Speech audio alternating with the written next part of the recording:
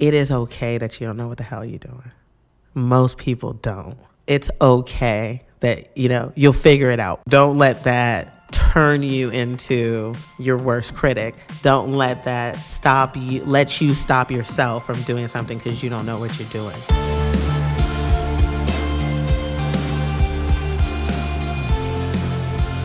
All right, hello everyone. Welcome to the show.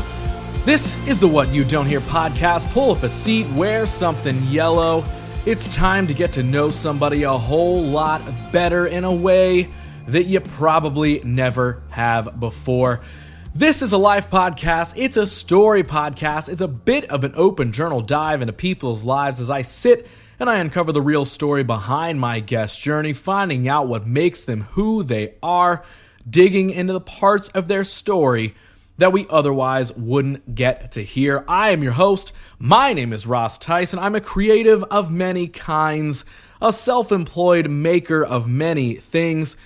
And as you probably guessed, one of those things I do, of course, is podcasting as I bring you, a couple different shows at this point. And honestly, here's a reminder that if you do want to check something else out, I've got some options for you. So first, I also do an improv comedy podcast. It's called Whose Life Is It Anyway? It's kind of like this show, but imagine the guest's life story is completely made up, and there's improv games and a lot of messy chaos around the story. And also, you can check out my newest show, which is called Honestly Same, where myself and two of my very best friends and co-hosts, Leah and Brittany, sit down to talk all things life, discussing the good, the bad, the ugly, and everything in between, and our experiences around it. So, yeah, I never talk about those shows on here, and I probably should a little bit more because I want you to like those ones as well. Options, folks. I have options for your entertainment. And honestly, it's not slowing down or stopping anytime soon. But as far as your option for this episode's entertainment, I have an awesome conversation for you this week as I sit down with Rasheedah Crawley, who is an entrepreneur, and she just recently opened the Franklinton market right here in Franklinton, of course. And she also makes her own skincare brand, Luxe Skincare. But more than all of that, honestly, she is just one of the coolest and kindest people I have ever gotten the pleasure of meeting on this show. And it seriously makes for such a fun and insightful talk in this episode. So we dig into her story, her background in marketing, how the market and skincare brands came to be, how Columbus can be growing more, and how she sees herself playing a part in making all of this happen, and so much more.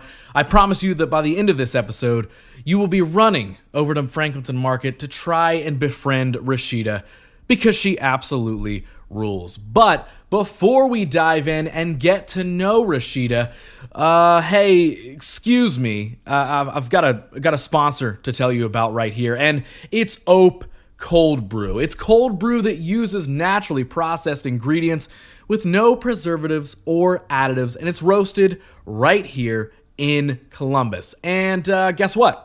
You can get Ope delivered right to your door every Friday if you live in Columbus, of course, and you can do weekly or bi-weekly subscriptions. And if you do subscribe, you save 10%. Otherwise, they have 4-packs available for 20 smackaroos. So if you want to find out more, follow them at Ope Cold Brew, or simply visit opecoldbrew.com to grab yourself a 4-pack or set up that subscription. Ope, it's dang good cold brew. And we are also supported by our friends over at PromoWest Productions. They have been with us for a while now.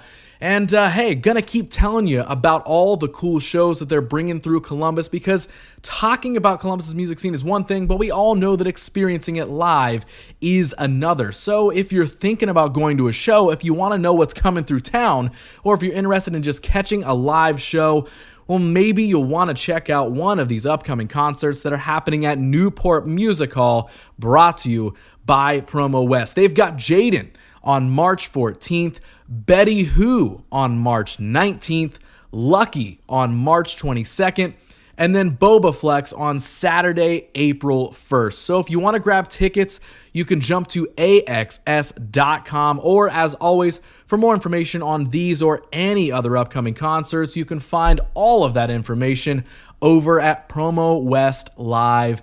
franklinton.com. And also, I mentioned it earlier, Franklinton Market is, of course, located here in the Franklinton area. So speaking about Franklinton itself, there's going to be a lot of talk about that in this episode, and it's honestly so fitting that I get to say that we are also supported by our friends over at River and Rich. So if you've been in the area of Franklinton, you're over at 400 West, maybe you're at a Franklinton Friday, you're over at Land Grant, Chrome Edge, or, well, something, any of the plethora of things to do down here, you've probably noticed that strip of buildings across the street that houses things like Maker's Social, One Line, Roy G. Biv, and of course, the market itself. Well, that is River and Rich, and they're making space in Franklinton for it to somehow get even cooler. So they're making a lot of cool space down here in the area, and one of those ways is honestly helping you answer the question of, does your apartment meet the lifestyle that you want it to? Do you wake up every day just being stoked on your environment?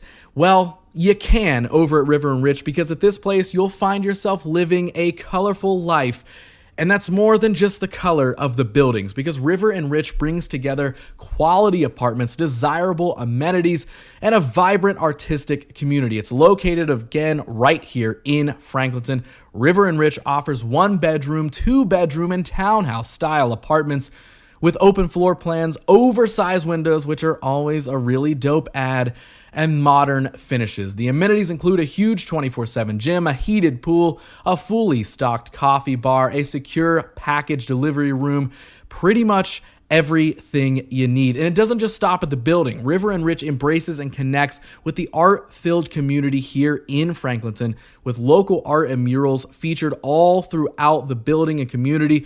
River and Rich is both a place to go home to and is also kind of becoming a bit of living piece of art itself. So if all of that sounds like something you want to do, something you want to experience, in a place you want to live in, you can. So go check it out. They offer both guided and self-guided tours. So go view an apartment at any time. You can visit their website at riverandrichcolumbus.com for more information. Oh, also check this out.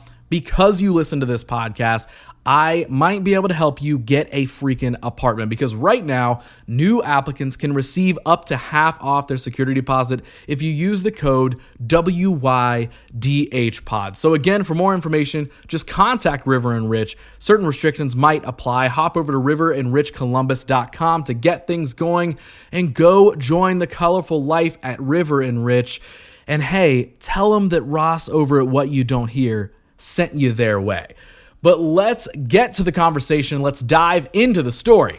Here it is, episode 79 of What You Don't Hear, and my conversation with my new dear friend, Rasheedah.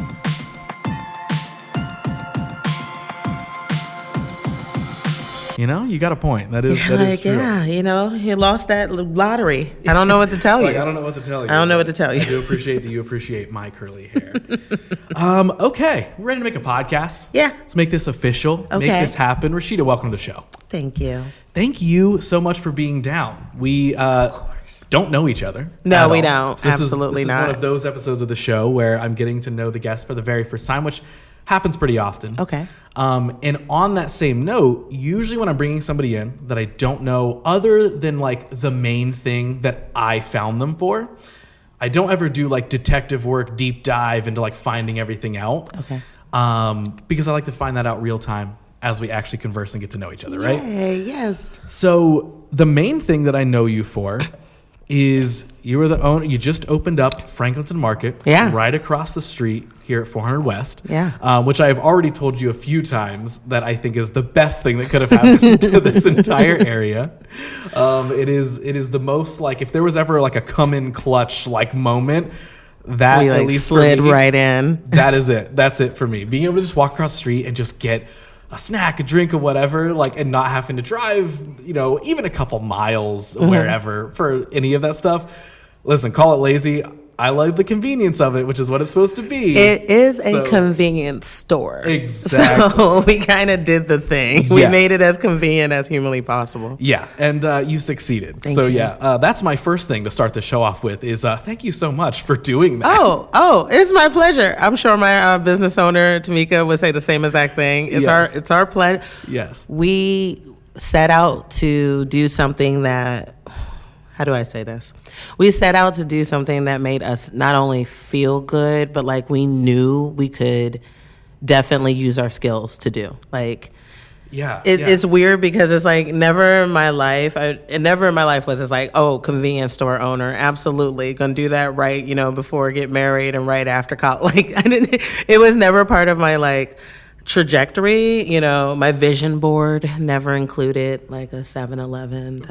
Right. But we almost instantaneously knew like we could pull it off. We were like, oh yeah, we could do that. Yeah. We could do that. Like, and it wasn't until the kind of the flip out that created the space to even conceptualize the convenience store, because I was in my studio at the Vanderelli Room. I wasn't doing anything but trying to do what I was already doing. Mm-hmm. And I was just like, why isn't there any infrastructure? Like, we have so much, but we don't have enough infrastructure. And then I started to really think in terms of, the next place is really far. This is a food desert. And it wasn't until that moment that I was like I live in I work in a food desert. Like, my studio's in a food desert. Like, we out here surviving. That, it's like, it's funny to say that, but like that is like, that's why I'm so stoked that it exists now. Because like I said, like, yes, driving a mile or two for something isn't the biggest of deals, right? No. That's, first world problems, right? Exactly. Quote unquote, right? But at the same time, having a convenience store in a convenient spot, just like you said, it is a food desert where it's like, okay, there's a couple like of the local spots here, but anything more casual, it's, you got to drive a couple miles, you got to drive over here, or you got to like dive into like downtown, which is right next to us, which like, I'm the type of person who like, I'm fine with downtown, but I like to avoid it whenever possible, to be honest. Yeah, no, I understand. Just because I'm like, man, like I just don't like navigating the streets. And like, it's not that I can't. It's just, I am kind of... You don't really want to. I'm just like, I don't want to go, like, if I want to go grab a snack or a drink at this gas station or this store or whatever, I don't want to have to drive around the blocks 19 times to maybe find parking, maybe not. And like, so again, it's a convenience store, and that's the convenience of it. So again... I'll probably say it 100 times in this episode. No, it's okay. I'm so stoked. It's okay. Like, at this point, we're kind of used to it. And I honestly think that, like, I'll call my business partner and be like, you know what? It's a convenience store. Like, 100%. It is so convenient. We are just out here. Or I'll have to drive into Franklinton from a place that is not my home. Mm-hmm. Right? So, like, from the German Village area, from the Ganther's Place and Southern Orchards area, this is like 7 minutes, and there's maybe 3 or 4. I told you, my normal convenience store up until this time is right there. So this way it's fine. But if I come in any other way, I'm noticing it's maybe the UDF all the way on West Broad Street. That's a relatively far hike. Right. And when you drive by, it's just that. So it's like, then you got to drive, then you got to park, then you got to get out, get your items, obviously, still get back in your car. You're not really anywhere close to your destination if you're coming into the neighborhood or if you're even around it. Mm-hmm. So, being right there on Rich Street is a blessing too, because we end up being, accessible to so many people. We end up being easily walkable to so many people. We're like well lit. That entire side of the street is like Times Square. Right. You're like, where is the production at? Because it is a bright over here. 100%. We just wasting light. But it's like accessible. It's easy. And I didn't really, it was every possible thing that could go right went right. Okay. And I think like we maybe chatted about this in the store or something, but this taught me that when the universe like requires something, right? Because like we're all really here with a push and pull relationship with the universe, right?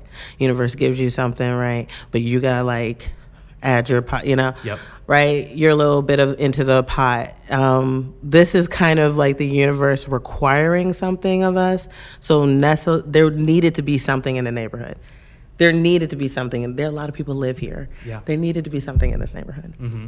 And so the universe kind of was just like, we'll just knock down that real quick and knock down that real quick. That's not going to be as hard as you think, because like we both have businesses, but they're not in the convenience store. Like I'm not like nepotism convenience store baby. Like I'm, I know my dad wasn't in big Speedway. Like that's not how this works. So there's so many things about this business that you have to learn to do it well, but there's no easy way of learning it. There's no easy way of doing it other than to sometimes fail. So the fact that we could like fail quick and get up fit quick and, pivot and restart, and it only took 8 months from conceptualization to open.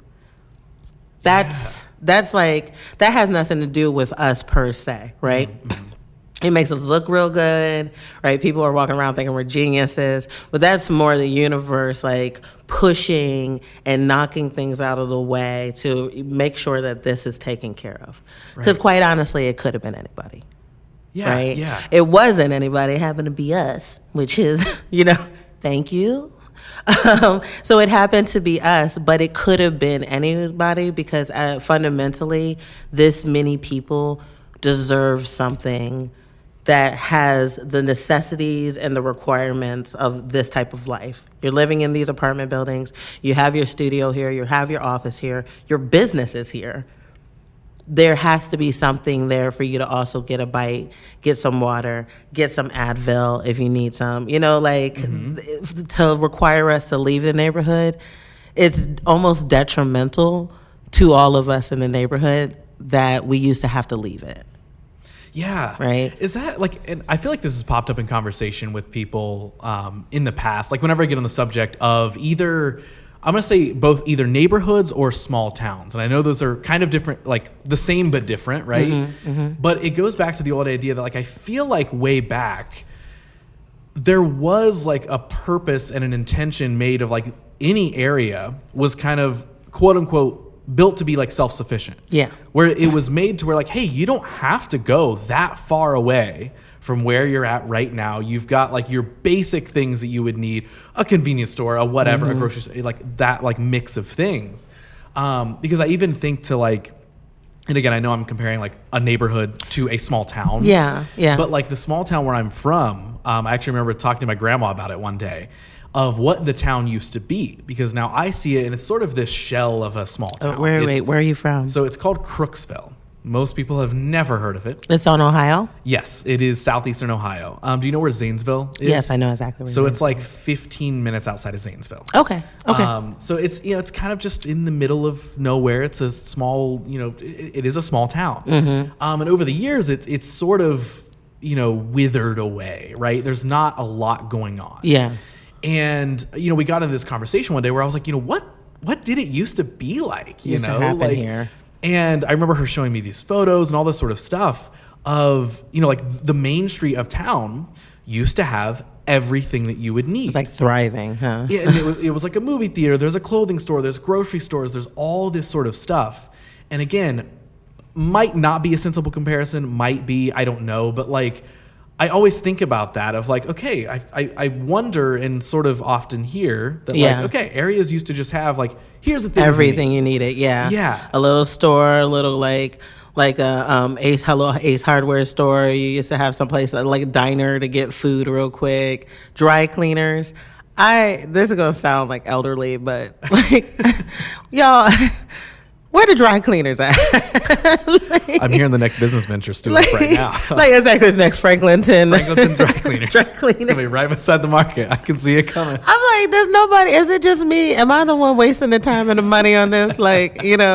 And like, I for a person who's like, wardrobe is essentially all like soft fabrics, like very little seams and buttons are involved in my day-to-day clothing at this point. For even a person like me, if I want to go do something and dry clean Sean's suit, my dress, I'm like, where even do I take these? Right. And it's relatively far away from my house, right? All those things used to be compacted. I think that when we re-envision spaces, we're so used to re-envisioning them from the standpoint of like a developer's, like presentation, right? And in a developer's presentation, it'll be like this much living and this much, lifestyle space. And, like it gets really high, 360 degrees up. It's like, okay, I get it, but at the ground floor, what is that actually going to be? You think it's more, sorry to interrupt you, you think it's more like style than substance? I think it's more style than substance. And I think that like when we envision these types of things, we don't say these things have to be in here, right? We're just like, oh, we need to put this here because we need housing. And generally in Columbus, that's, we're just like outrunning the like population. Like, oh my God, there's not going to be enough housing. So we create a bunch of housing and we create retail space to fundamentally put those things in. But it's not a requirement. And I don't think we develop as a culture, right?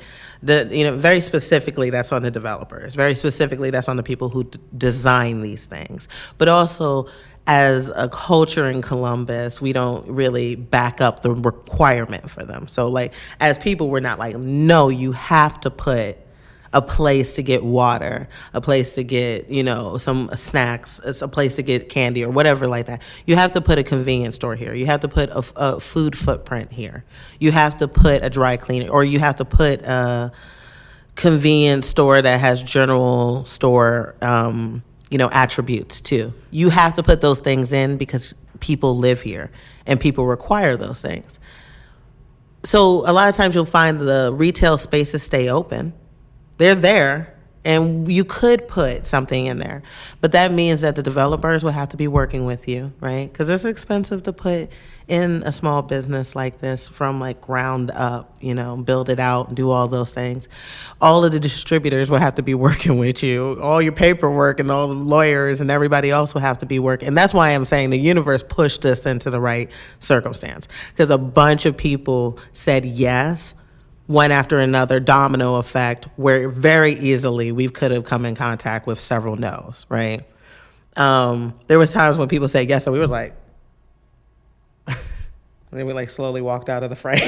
Okay. And before they realized that when they say yes, we just like run off. Leave before they can change their mind. Exactly. But like a bunch of things do have to be in place. But I feel like when we're developing, when we're pitching developments, when we're approving developments as a city, we're not saying these are requirements, right? We're saying anything could go into this space. And of course, people are going to pick business models they think are more profitable.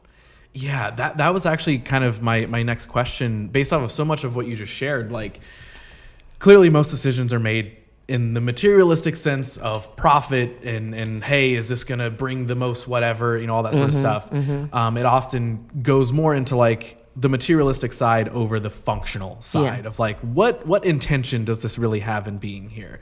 Do you think that like that comes from... I'm trying to think of how to ask this question because I feel like there's two ways I want to put it. One, do you think the kind of old phrase like if you build it they will come thing makes sense? Or do you think it's just like oftentimes developers and the people in the areas are so disconnected because there's not even a bridge being built most of the time for us to communicate with anybody? Like, do you think there's more of a disconnection? Do you think it's like, hey, you know what? When they build it, us humans just sort of go to it and we start using it. We don't really push back. We don't really make a push to make that communication. Yeah. Or do you think we do and it's just often not listened to? Like, I know I just threw so much at you. I think it's a little bit of everything, right? Okay. It's like hard to be a freedom fighter out here over retail space. Your average person walking down the street isn't like, this could be a good, useful thing for the community, but it's not. And then they run off and create a campaign to make it something. That's a lot of work. Mm-hmm. People got jobs and kids and stuff like that. They don't have the time to harp on every issue, right? Absolutely. So first of all, somebody has to be there who even identifies it as a concern, as an issue, and has the time and energy and patience to step in. I think that developers think that if we build it, they will come. It's a big city. It is growing. I'm lucky enough to have been in Columbus. I told you I was New York born, but Columbus bred. So I'm so lucky to have been here for so long and seen the trajectory. people say it's a trajectory. I think it's more of an ebb and flow, right? We like grow and then plateau and then grow and then plateau. It's nice to see. You can kind of see the, prehistoric lines. Mm-hmm. This is the 1992 Columbus line. You can see those different levels and stuff like that. I think that Columbus has been a place that's grown so much, but for a consistent amount of time. So as a result, if you build something here, somebody's going to get into it. That's just it. And I think that is a testament to Columbus. It's a testament that we're always pulling in people. I like to remind people that we are 5 colleges and universities strong. So a lot of people come to Columbus, add to Columbus, but don't necessarily have the intention of staying here, right? I don't think that is taken into account when we make a lot of these development choices as a city, but I do know that if you develop an apartment, anywhere, I don't care how small, how big, how expensive, how cost effective, very rarely cost effective, but how cost effective they are, somebody's going to rent that out. You can just guarantee that.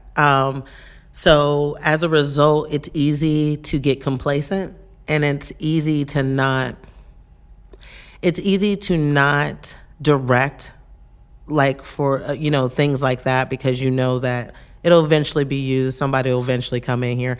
And we always have to remember that developers' job is done after they've developed. That's it. Yeah, then they go on to the next thing. Their job is done when they crack the ground. Then they're like, alrighty, on to the next thing that I'm going to go ahead and do. Right. Because it's that's somebody else's problem. That's a property management company's problem. That's a community liaison problem. That's not nothing to do with us. That got to do with the city and the people. And I hope they figure it out. And let's go find this next piece of land we're going to go develop. I appreciate that. That's their business. But I think that lingering on that, what are we going to put in here, and let's make sure it's something that can be useful to the rest of the community, only helps them become better developers and only helps each of these projects be more profitable. Yeah. I also think that it's who's talking, nobody's talking to, it's hard to figure out who to even talk to. The number on the banner inside the empty spot might not go to the right place. It might be it might be another company, and that company will reach out to you. And the first couple conversations tend to be, you are? Oh, is that right? Oh, you gonna put a convenience store in here? Great. Yeah. Oh, people gonna come in here and buy Twizzlers? You think so? That's what makes you better than Target. Yeah, exactly. Why wouldn't nobody go to Kroger? Because Kroger's a mile and a half away, and there's 400 apartments here. Why wouldn't somebody, want to do this? And I think that sometimes it is that as well, And I do understand. People probably said, "Oh, we got these hopes and these dreams," and then fizzled out. It's hard to keep stuff going. But when it comes down to I always think that the best thing is always the most profitable thing, right? Fundamentally. That's not you do a good thing, you get $100. That's not what I'm saying. But I'm saying that generally when you make the right decision or you do the right thing in that circumstance, either in that moment or down the line, that'll help you in the success of the situation. So again, going back to things were pushed in the right way. This building and the development company and the property management company, they was all trying to do the right. They were like, yes, absolutely, we will help. We'll make sure it's, they did their business because they have to make their money. But they were very fair when they interacted with us, and are still very fair when they interact with us. I don't necessarily think that's the experience everywhere. I also think we came out the gate with a really great idea, and everybody immediately was like, that might work. Yeah. I mean, the first they might pull this off. Yeah, the first even tease or announcement of it that I saw on social, again, I was just like, oh my God, this is incredible. This is exactly what this area needs. Okay, so I know even before we started recording, there was so much more that you were kind of like letting me in on a little bit of like all the things you're involved with and other things and all sort of stuff. I want to get into that, but I really do want to dig into this story of Franklinton Market. Yeah. Because, again, we just talked so much about like the development and how to, get things in areas, all this sort of stuff. So I really do want to dive into the story. Like, take me back to like the emphasis of this idea. Like, how does it come about? That it's just like, hey, Franklinton Market, here's the idea. Boom, done. Now what do we do? Like, take me back. So I'm going to preface this with, I have something that most people don't get, right? I have an outstandingly supportive partner in my life as far as my husband is concerned. Oh, that's weird. It's like, I very rarely say my husband, so I was like, newer, yeah, Sean, enjoy that.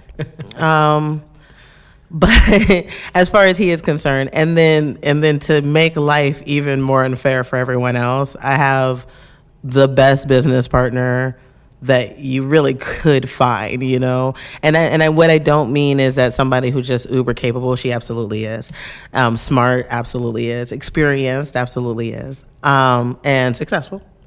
But also, like a frick to my frat, Like, we work in tandem very well, and that's really what I mean. Like, your business partner could be a horrible person, but if you work in tandem very well, then that's the best business partner for you.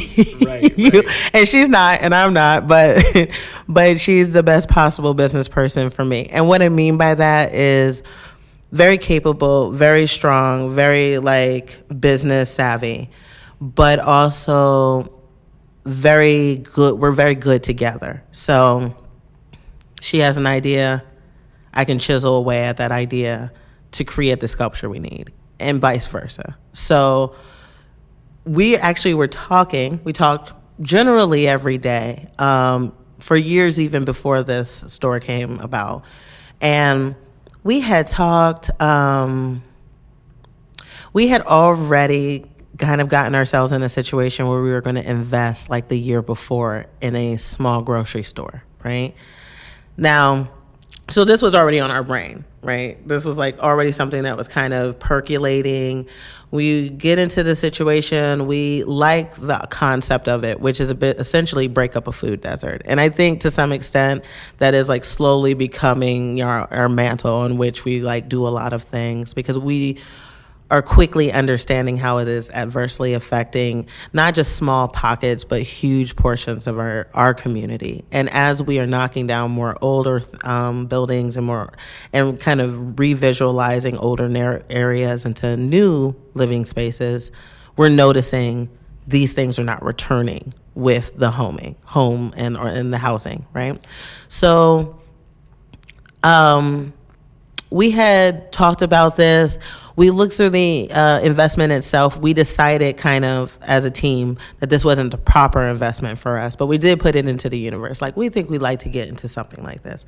We don't learn nothing about owning a grocery store. We don't we don't take no classes. We don't read no books, right? We just put it out there. Like, we'll just say it and maybe it'll happen. Yeah. And so we go back on to our regular lives, running her company, me working and running my smaller business as well. I own a skincare line, so I make skincare products, natural skincare products. I have for 4 years. We're coming into our 4th year right now. Enjoy doing that. I have a small, steady customer base there. So a small group of people buy from me so consistently that it ends up being relatively profitable for me, and it keeps me on my toes. It's something for me too, because my skin is dry, and it just, you find something, you share it. And so I was making skincare products, and I had messed up a couple batches. And for anybody out there who owns a business, messing up batches of stuff is like forfeiting hundreds of dollars in product, in ingredients, in time. And I was not a happy camper. I walk out the door. It's like March. It must be March of 2022. Walk out the door of my studio. Am livid that I cannot get my life together in this moment. And really, it's like being so upset at yourself, but like there not being anybody there or anything to do. So you're just mad at yourself. You're just like, ooh, I hate myself.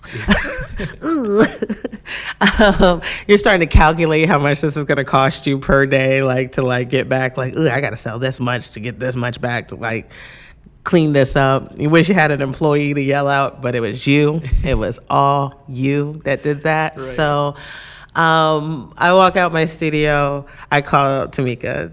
Tamika goes, what's up? I tell her the story. Now, I am having a tantrum at this moment. And now that I look back on it, I'm able to identify that in this moment.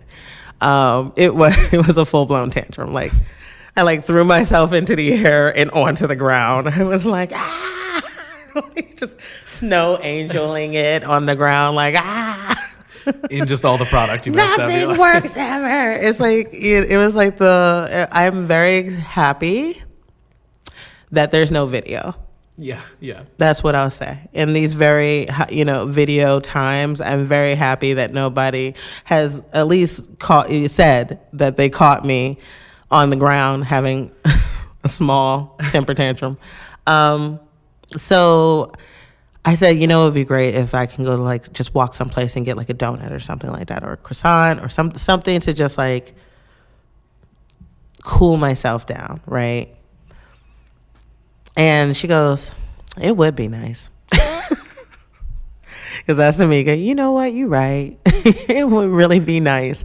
And I was like, there should be something here. And so now, like, I think it was the frustration of the moment. I needed to pin it onto something. So I like attached it soundly to the fact that there was no place to, get like a Diet Coke and, a pack of cigarettes and some snacks. That's what I need. Yeah. I need Little Debbie's and a Diet Coke, and then I'll come back to the drawing board and I'll figure it out soon. But there wasn't any place to get anything of that nature. And so now that's what I'm angry at. Now, see, because I'm a genius, I'm no longer mad at me. Now I'm mad at society. Why isn't there a convenience store around here? So I'm like, there just should be something here. She's like, you're right. There should be something there. It is a shame there isn't. Now, of course, she's home comfortable. She's a chef. So, of course, she's home comfortable with goodies and the snacks and stuff in her fridge. But she's like, yes, I agree. You are in a bad situation right now. And I'm like, they could put something right here, because right outside of the Vanderelli room is Franklinton Market, across the street, right? And I look up and I'm like, there's an empty space right here. Somebody should just put something here. I don't know why somebody hasn't put a convenience store here. That's just stupid. And she's like, that is stupid. You right. And this is what I mean, the best business partner for me, because she co-signs at really great moments that allow me to like continue to move forward. I'm like, somebody should just call these people. I wonder what it even would be. Now at this point, she's like, I don't know. Let me look it up. She at home on the internet, like, how much would this be? How much would that be? She's sending me like links and stuff like that. She's like, girl, it don't even cost that much to do this. Next thing you know, we're like 6 hours in. And she's sending me like gondolas, which are like the fixtures in the middle aisle of a grocery store. Okay, yeah. She's sending me gondolas. She's like, they only $679, girl. We need to go ahead and do this. And overnight, it was like, well, let's put in the figures. Let's see what everybody else is doing. We read some white pages. We got into the basic numbers, anything we could find about grocery stores, convenience stores, small mom and pop shops. We said, just give us as much information as humanly possible. And what we'll do is we'll like filter it and see really if this is capable. I think 3-4 days later, absolutely capable. Called these people. They called me back. And when they called me back, we were like, well, we just want to walk through. Maybe it's an opportunity, but we're not sure. Before, and River and Rich is a brand new development. It's been there only a couple years, right? So we went to all of the people in Franklinton. We were like, where can we put this? And we kept coming back. So we went to go see it. And we were like, okay, now we have an idea visually, right, of what that space looks like. That's a a good amount of space for what we want to do. And, you know, we kind of like this. But let's do everything we can to make this very Franklinton-centric. So let's look at every space we can look at in Franklinton. And really what it came down to is that was something that was very clean, because we love a clean store, right? It was brand new, you know, straight out the box. It's like, so there's not too much we had to do, because if you expected us to put up drywall, that wasn't going to happen.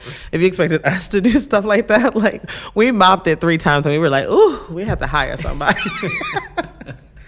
Ooh, we're done with this. This is not our type of business work. So we looked at a bunch of places, or there wasn't good enough parking, or it wasn't close enough to one of the larger, you know, apartments that it would be helpful and useful and do what we wanted it to do. So we circled back around to Casto, and it was like, we are going to make sure they understand that we really want to do this. Also make sure they understand we're not novice. So you're not going to take advantage of people, you know, and not say taking advantage, but more, we are capable of doing this, but we're also capable, we know really what we need to bring to the table. So anything more than what we expect to bring, we're not going to do that. Mm-hmm. We're just going to find another place.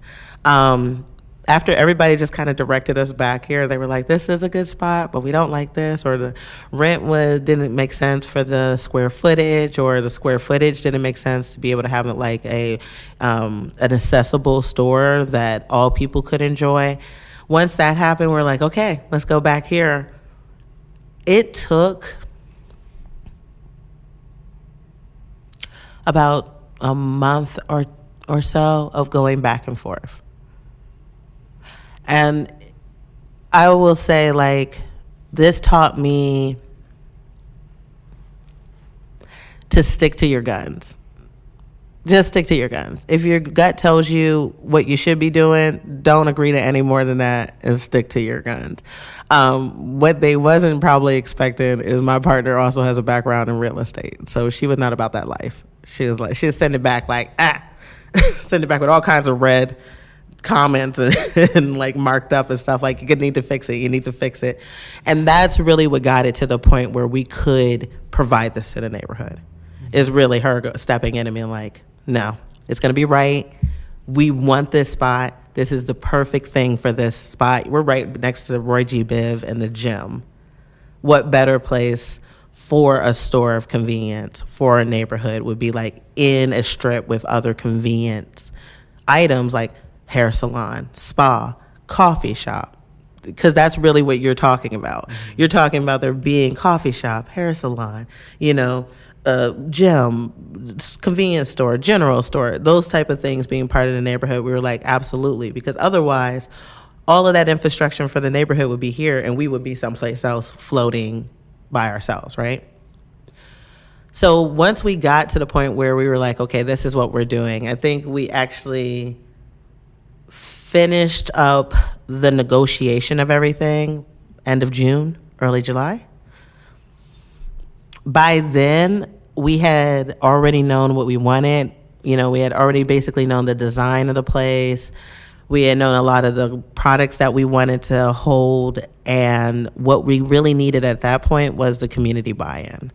And to some extent, we already had it. We were like, we're going to do a convenience store. And everybody was like, yes, you will. That's a great idea. Please do that.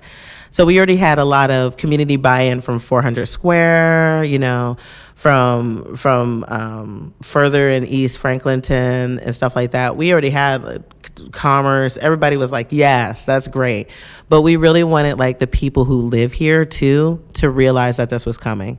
So we immediately started to talk to them. So River and Ridge, Gravity, we started to talk to the people who in the homes that are actually Walnut, all down these streets. Like, hey, what do you guys want? I think for the first month, we kept asking what people wanted, and they were like, you ain't gonna put no convenience store there anyway. So I don't like, it's like they didn't want to get their hopes up. Like, right. Yeah. They didn't want to get emotionally hurt by another failed attempt, you know? Yeah. And so they were like, oh, I don't know, oatmeal cream pies, I guess. Nobody was really very open until they realized, oh, this is like happening. When we started to put fixtures in, when the painting, when the electrical went in, people were just, you started to see people like walk by and like look like, oh, that's a thing. You saw their eyes brighten up. River and Rich was so nice. They put out a survey for us in their monthly email. And that almost immediately got a lot of people who were like, okay, this is a serious thing. River and Rich is backing, is co-signing that it really is coming. It's not going to come. So then that's when we started to get suggestions. We would love this, and this is what we really wanted. So it even took our initial concept and kind of changed it slightly, kind of rotated it slightly, because we didn't know people would want home basics and, a health and beauty aisle. We didn't know that people would want like cat food and dog food necessarily like that. And once we realized that, we were like, okay, well then let's just do what they want. Let's just do what everybody, within reason, if we can do it and we won't pass on something that's completely unaffordable to anybody else, then we'll try to do it. So once we started adding those concepts in, then it kind of went quick. It was like September, October, and we opened October 14th. Yeah. Like we had the lease. It literally was out for like a month while we just did background paperwork, stuff that needed to happen, make sure that everything was set up for our employees. We wanted to, one of the first conversations we had was it can't be just good for the community. It has to be good for us and the people in the store too. So we wanted to make sure that the pay rate was affordable, that it would, or not affordable for us, but also reasonable. Like, what would we get out of our beds to sit here and do this? And, sometimes we shoot a little high, but once we figured out that rate, we were like, okay, that's the rate then. We get into a lot of conversations with small business people where they're very upset with us because they're like, well, why would you start people at a rate that's that high? And it's like, why would you start anybody at a rate that's lower than that? Like, if you can't live off of it, nobody else can. Stop playing games. So we spent like a month even creating the job and making sure it was affordable, making sure people could afford their rent by working for us, or a portion of their rent by working for us. Everybody that works for us currently is part-time. Mm-hmm. So we're like, part-time, can you afford the stuff that you need this job for? And full-time, will you be able to afford a life? Yep. Okay, then that's what we're doing. So it took a long time. That August, September was really about making sure that it did what we wanted it to do, really. Not just that it was open, not just that, there was a couple things in there, but that it also helped everybody, that it could help. Yeah. Like, man, okay. I absolutely love that story. It was like so quick. That was like kind of the most jumbled version of this. I love that it literally starts though from you being like, why isn't this here? Yeah. And then a conversation with somebody that says, here's how this is possible. Yeah. And then you actually taking the action to go ahead and figure that out. Like, so many different things I want to ask out of that story. But the first one being like, now obviously, yes, you have the support of your business partner and when you do something creative or entrepreneurial or whatever it is, you get in those brainstorming moments where you start firing back and forth with somebody and you're like, oh my gosh, now we just broke down this idea. Yeah. And now we can actually make it into a plan because we see how it's possible. That's super fun. But I think what's super important out of that story is that you guys put the action to it. Yeah. You could have just sat and been like, this is annoying because I'm annoyed right now. Wouldn't it be nice if this, a market was here or something? Yeah, that sure would be nice. Anyway, you coming over tonight to hang out? Anyway, about this body butter. Yeah, exactly, right? Exactly. What was it that made either you or both of you, as a team, whatever it is, what is it in you that made you take the action? And actually, because it's so easy for us all to sit and think, it would be nice if, or it would be cool if, whether it's individual or, hey, for a community or whatever. Mm-hmm. The ideas are always so much fun to think about, but putting the action is where the work starts. Yeah. What made you guys put the action into it? What made you decide, you know what, let's just actually do this? I don't even really know. I will say And I think that's like, actually, I was talking to Johnny Riddle, which I know he's done one of these. Yeah. And I told him, I said, honestly, I don't know what bee got in my bonnet. I really don't. Okay, so a couple of things. When I turned 35, I decided that like I couldn't be my like biggest critic, or like I can't be the person who sabotages things for myself, right? So like if it comes to me and I think I can pull it off, at this point I'm most likely going to try it. And it's only because the inaction is what led to failure in the past, right? So like you'd be like, oh, this would be a really great idea. And your inner, you is in there sabotaging what you're trying to do. Trying to be like, what will it be? Well, could it be? Well, I'm not sure. You end up actually producing, less quality work. You end up not being able to finish projects. You end up being a trash business person because you're your biggest critic and you're sabotaging all the work. So around 35, I decided actively that Rasheedah was going to have to, she couldn't come into 35 with me. She had to stay in 34. And as a result, a lot of the things that I've done since then, I've just been like, we should do it. And then I just do it.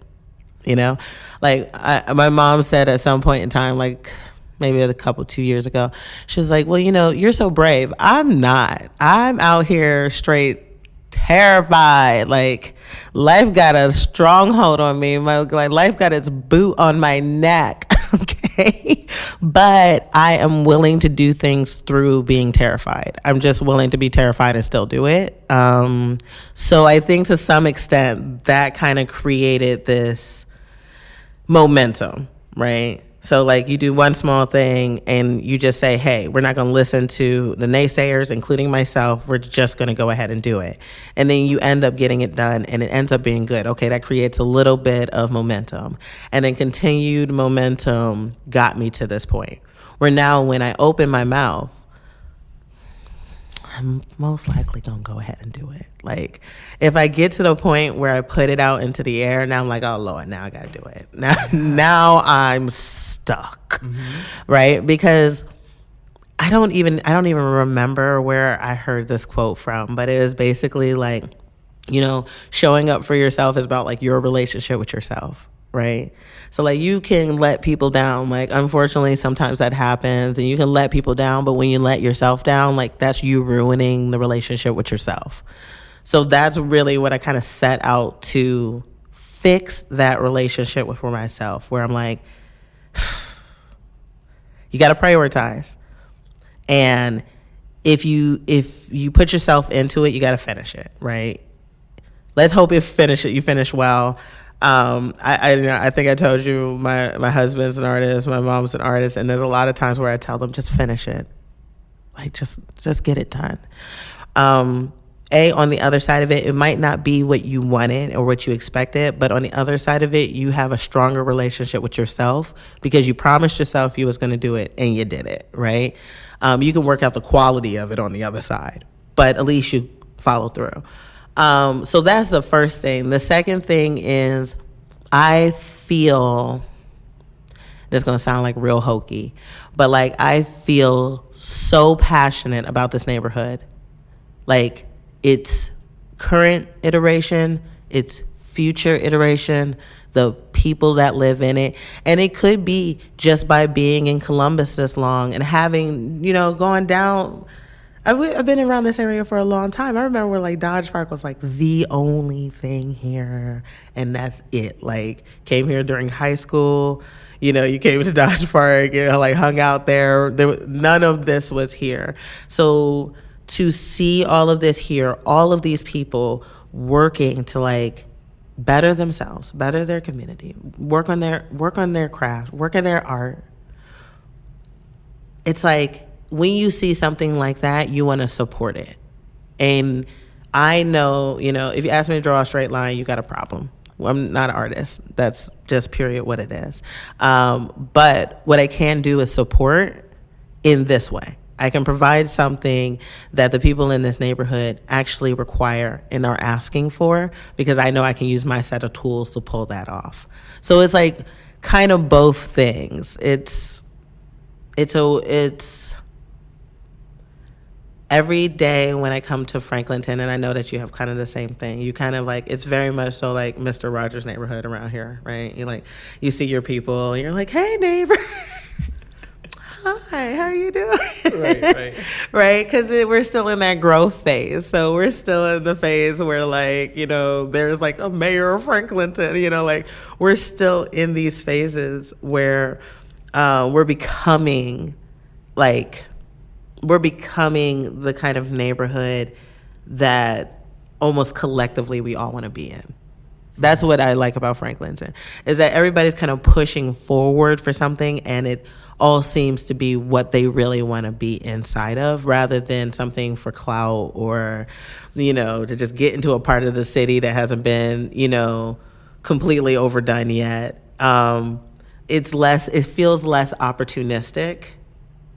And I wanted to do whatever I could do to like protect and help that along. Yeah. So this seemed like a good way to do that. Something I want to dig into, because I think it's so important that you shared, is like that sense of relationship with self. Mm-hmm. What was it for you that sort of made that moment click, where you said you were like, all right, from 34 to 35, we're changing. I'm gonna I can embrace and listen to what that inner critic of me has to say, but it doesn't mean I have to carry that with me. Mm-hmm. What was it for you that like kind of even uncovered the importance of that? Because I think that's something we all struggle with, is that relationship with self. We're always going to sit and listen to that inner critic and be like, I guess, should I really do that thing? Like, I don't know. It's probably not, if I can't make it perfect, then I shouldn't do it at all. Like that sort of thing. Yeah. So let's talk on that for a second. Just the importance of that. I think what it is that I'm lucky to be bred here. I have friends from high school. Like, my friends that hang out with me are from like high school. I have elementary school people that like I kick it with on a regular basis or call on a regular basis. And it was destroying our lives. Not to like be all generational about anything per se, but we kind of grew up with this very editorialized concept of what life was like. And it's not. It's just like, it's not TGIF is what it's not, okay? Family Matters was great. But your life is not going to be like that every day, every moment of the day. But sometimes having those type of editorialized concepts given to you constantly. We live in Columbus. We live in a test market, right? So like even here, people can be very editorialized. It can be very curated, very well curated, right? It gives you the impression, just like Instagram and social media, that people are just living their best perfect lives, and they always got a good fit on, and they always look happy, and they're always saying something that sounds positive or happy. But like there's a good chance that some of those people aren't happy, some of those people aren't positive, some of those people got like 2 outfits and they go out like once every now and then, so you think it's new. Like those type of things are always happening to people. And I think someplace around 34 35, I was like, if I don't put down the unattainable task of being perfect, I'm going to destroy myself trying to be perfect. I will also tell you, I got great advice around that time from my friend's father, who was like, stop trying to make it perfect and just do it.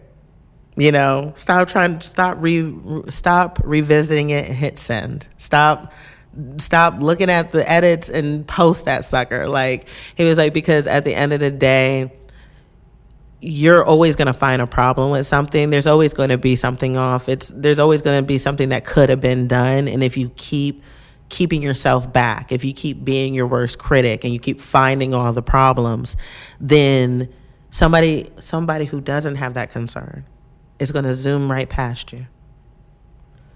Less talent, less capability, less money, less effort, less, and they'll zoom right past you because you're like a basket case worried about like, is this the right color for this situation, for this TikTok video that I'm trying to put up? Like, you too concerned about stuff that nobody is concerned about, right?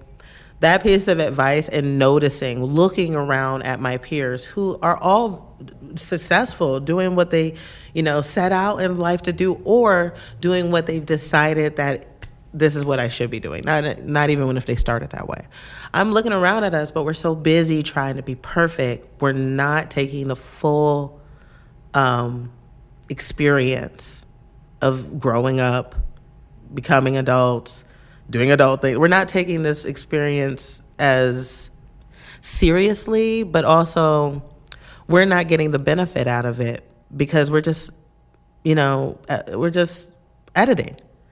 We're just tailoring and editing and tailoring and editing. And around 34, I just got kind of sick of it and was like, you know what, this man is right. He was actually giving me that advice for far longer. It's not like one day he was like, look, young buck, you just got to post that video. It's not like he did that. He said it to me over and over again for years. And eventually it was like, this is a 74-year-old person. Maybe they know what they're talking about. Right. Maybe it is me. Maybe I'm the dummy.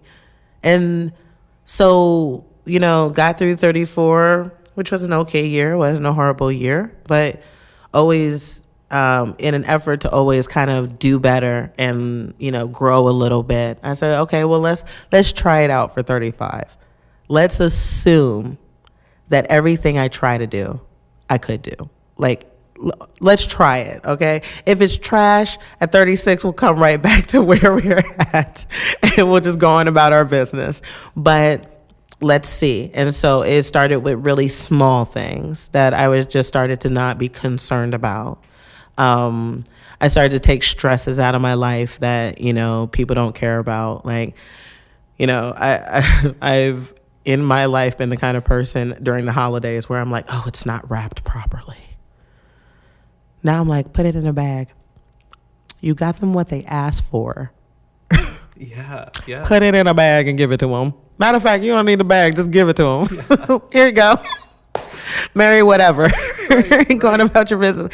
And then I realized that the things that I was kind of socialized to concern myself with, literally nobody concerned themselves with. I took on the, personal model of ain't nobody checking for you. So it's that's about when I realized that you can kind of get away with a bunch of stuff because nobody's checking. Mm-hmm. Nobody's checking. I think we have good examples of that all throughout our news right now. Ain't nobody checking. So, okay, let's say you messed up. Let's say you fell. Who's going to know? Because ain't nobody checking. Just okay, dust yourself off and go on about your business. Let's say you look silly. Nobody's checking. So all you did is look silly for yourself, and that's okay. So I just started to take that into account, make that my motto, just do stuff without being so attached or concerned with what somebody else was going to think by doing it. That's also what led me, honestly, eventually to this point because, my business partner, this happens to us both a lot. People will go, okay, so what is it? And we're like, it's a convenience store. And they're like,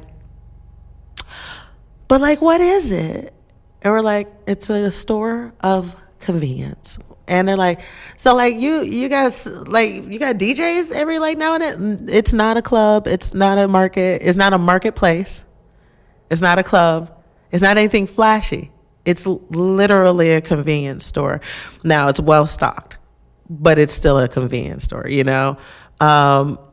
and we get visitors all the time or people call me and text me and be like, I was just at your store and that's a real convenience store. And I'm like, yeah, it is, right? Because maybe 34-year-old, 32-year-old me would have been like, no, I need to do something more flashy, something that matches my personality.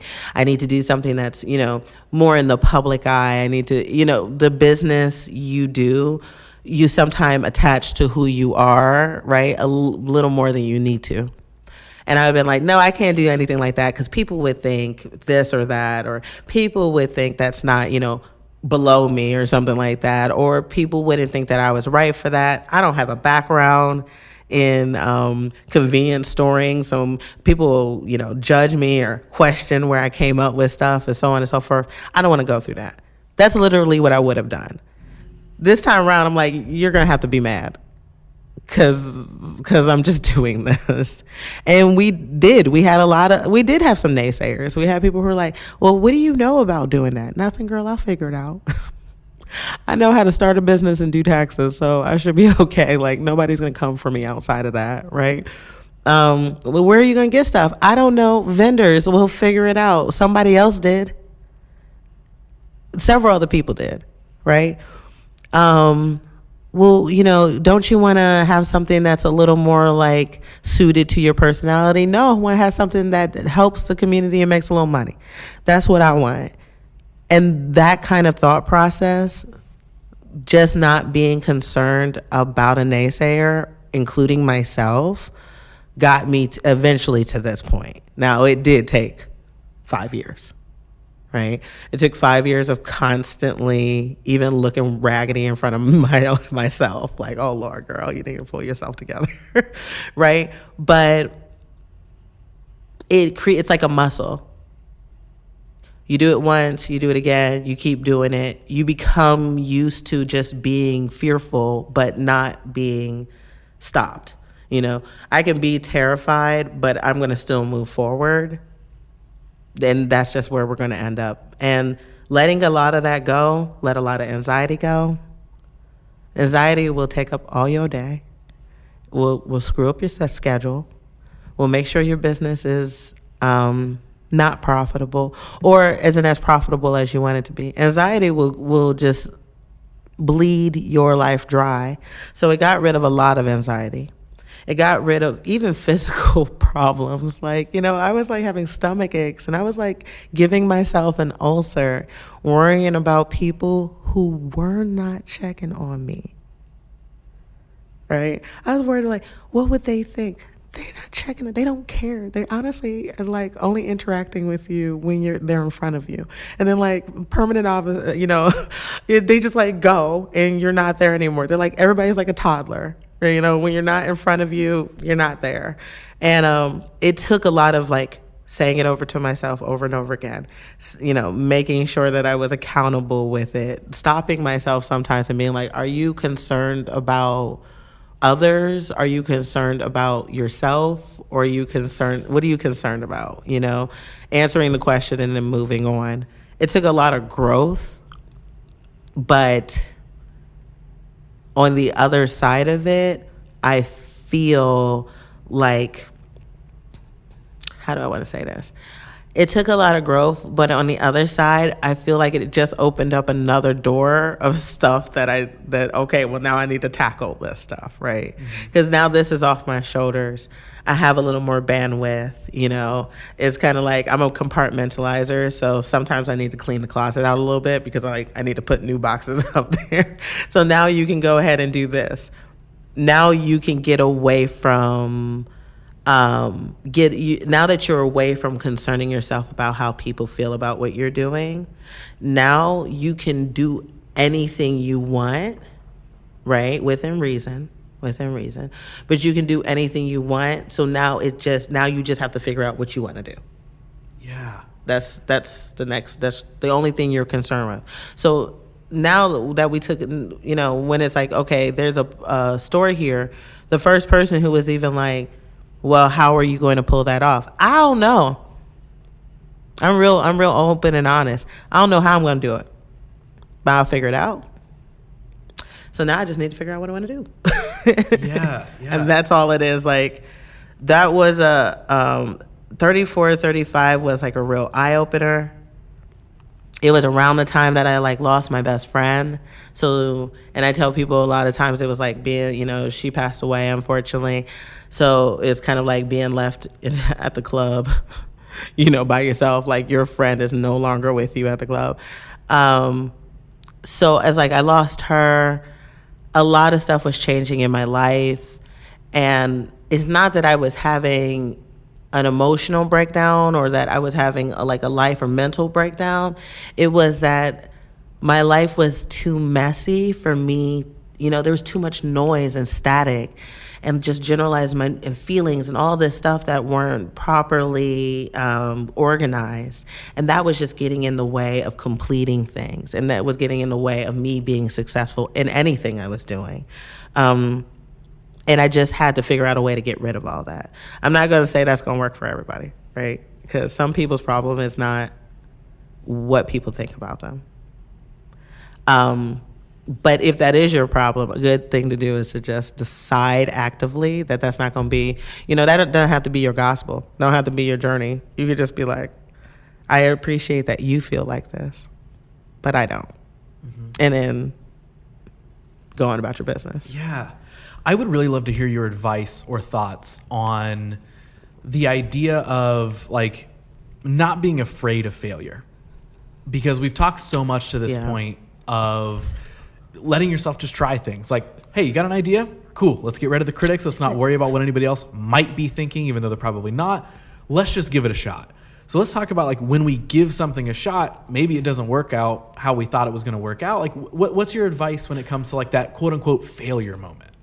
Well, the first thing is like, you're going to get through it, right? Like we're so high level about how we like talk about failure. We're like, oh, I was like, do you have an address? Right? You like cook yourself some spaghetti tonight? Okay, you're probably fine. You'll probably make it through.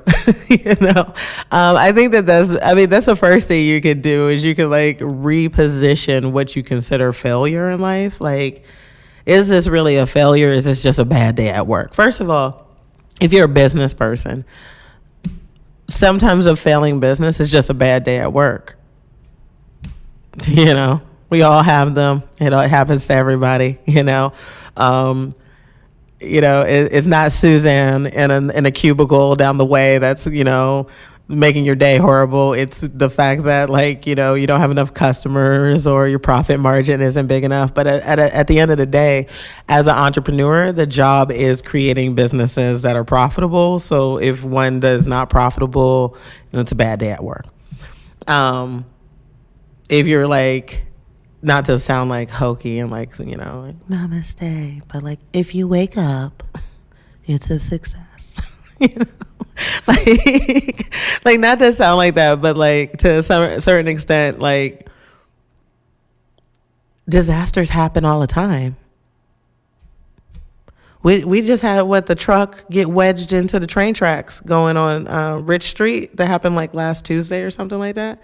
That man had a outstandingly bad day at work. Okay, he wedged his company's whole truck right up underneath that train track. He's having as bad of a day at work as essentially I would be having if I'm having a non-profitable week, non-profitable month. It's sad and I do need to correct it, but it's not the end of the world. So sometimes it's just removing the hysteria, Also, and what I mean by moving the hysteria, because I don't want to get anybody to get I don't want a hysterical person to get mad at me. Right? But what I mean by that is not don't feel your feelings. It's more, though that is a normal feeling. Not being happy all the time is a normal thing. Not being pleased all the time is a normal thing. So it's okay to remove this putting yourself in a state where you can't even help yourself because you're so stressed out about, this thing that is not the best thing. So yeah, reframe the way that you think about what failure is. Please realize that it happens to everybody, right? And 99% of the time, assuming you didn't do something absolutely stupid and insane, assuming you weren't just like, I'm going to take on this $3 million project and I have $45 in good credit. As long as it wasn't something like that, and where you got millions of dollars of investors' money, tied up, as long as it's not as long as it's not a crypto exchange, you should be perfectly fine. You should be perfectly fine. Honestly, if you're doing the responsible thing for your business, or if you're doing something that's responsible, if it just didn't work out, then it just didn't work out. Pick up those pieces and move on. The other small piece of advice, and this is not a me, this is a we thing, everybody. I'm not talking to myself, I'm talking to everybody on this one. It's okay to learn from the failure, right? And what I mean by that is not just learn from the reason you failed, Like, the reason it didn't work, right? Because everybody wants to do that. That's easy, though. That's a marketing thing. That's analytics, right? We didn't do well because of X, Y, and Z. But don't be afraid to learn from the way you fail, right? I look back on myself many times and I was like, wow, you were a poor sport.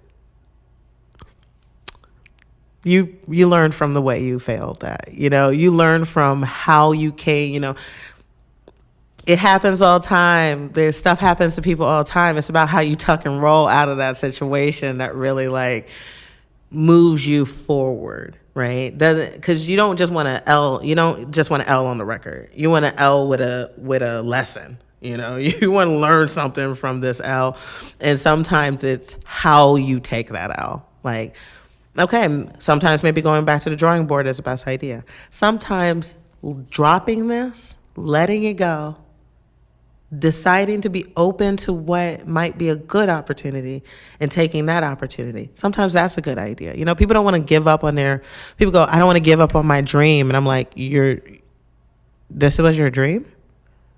Like, not to like, walk all over everybody's dream, but you're like, this particular action was your dream, or was your dream to be an entrepreneur? If your dream was to be an entrepreneur, thank God, because now you have very many other things that you could do to be an entrepreneur. That, if your dream, you can't be so specific about that dream, right? So if something doesn't work out, I like to tell people this, like in these moments, is that I was a ballet dancer when I was young for a very long time. And man, oh man, my poor parents paid all that money, all those years for all those ballet classes and all those tutus and all those toe shoes. And then at 21, I'm like, no, I want to do something completely different. I appreciate your love and continued support. However, I'm like Bernie Sanders. I'm coming to you again for a brand new dream. Yeah. I know these people was like, if they could have murdered me and gotten away with the problem for my parents is that I gave up on it well after the technology age. Somebody would have noticed me missing. All right, it's just not as easy to kill somebody. So that's where I went in the situation. But I can only imagine, and it's the way my parents took that L that honestly, that still affects me today. It still provides me with, sometimes I'm like, oh, I need to give this person grace, and I think back to my parents not being like, you little, oh God, like I remember them being like, yes, okay, this is not your thing anymore. We appreciate that. What would you like us to do with the several $1,000s worth of things in here that are attached to this hobby that we thought was going to be your profession? Okay, no, the whole family just learned French. That's all. No biggie. Like, they put in so much time and effort, money, energy, brain space, bandwidth for me to do that. And then I quit like that.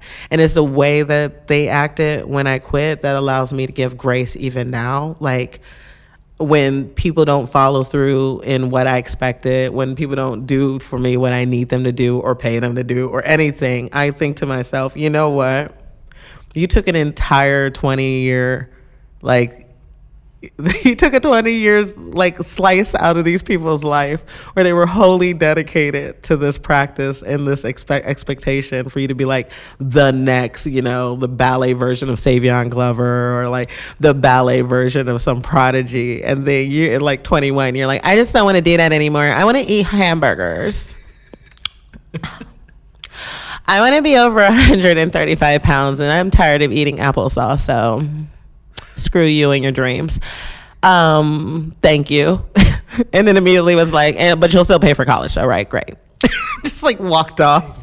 Incredible. Right? Because, you're kind of an ass when you're a kid, and I was a kid. Yeah, I didn't know any better.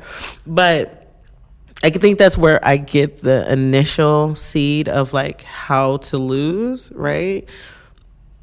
Is from changing my life from what I did my whole childhood, my whole adolescence, and I thought I was going to do, right?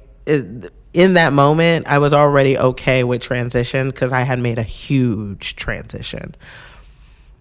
As I got older, I just realized that it's something that I need to actually incorporate into my day-to-day life, right?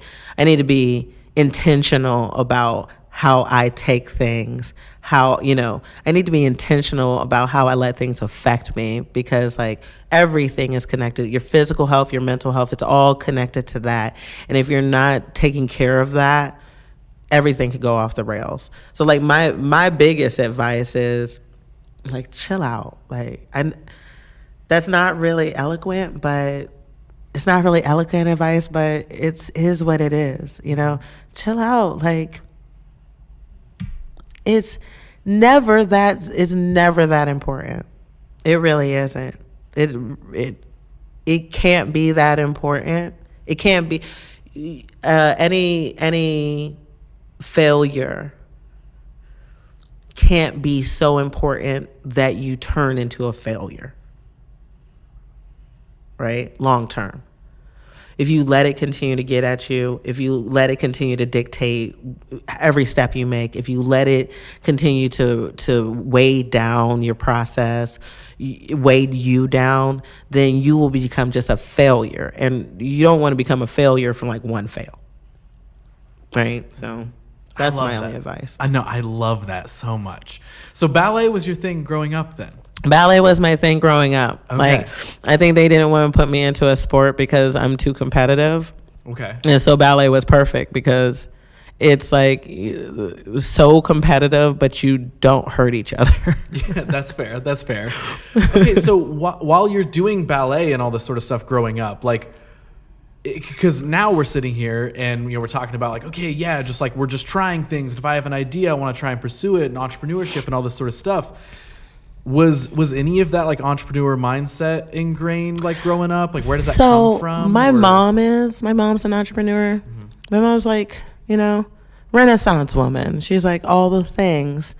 And so I always kind of grew up with that. I come from a family of small business owners. Like there's a lot of small business owners in my family. Really? Okay. And so I come from a group of people who bet on themselves, right? Like they just like, I could do it. I could figure it out. So that's the first thing is that, and that's where the privilege comes in, is the privilege is I've seen people do these things before and not completely fail. And, when you grow up and you're like, oh, he used to have a trucking company and, he had to close it and he's looking for something else, but he on vacation with us. So clearly it's all okay for him over there. Like in my head as a child, that's how you are conceptualizing things. You're like, well, something bad happened, but he's still at the family reunion. So I guess it's not that horrible. We all in Florida hanging out. So, So that's the first thing. The second thing is that's kind of where the work ethic comes from. I come from a bunch of people who have to get up every day and make every dollar that they put into their pockets, right?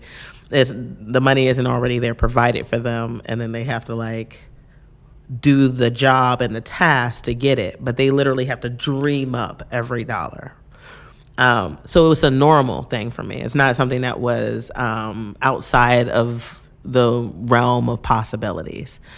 I can't even say necessarily that I knew I was going to be an entrepreneur until, after college.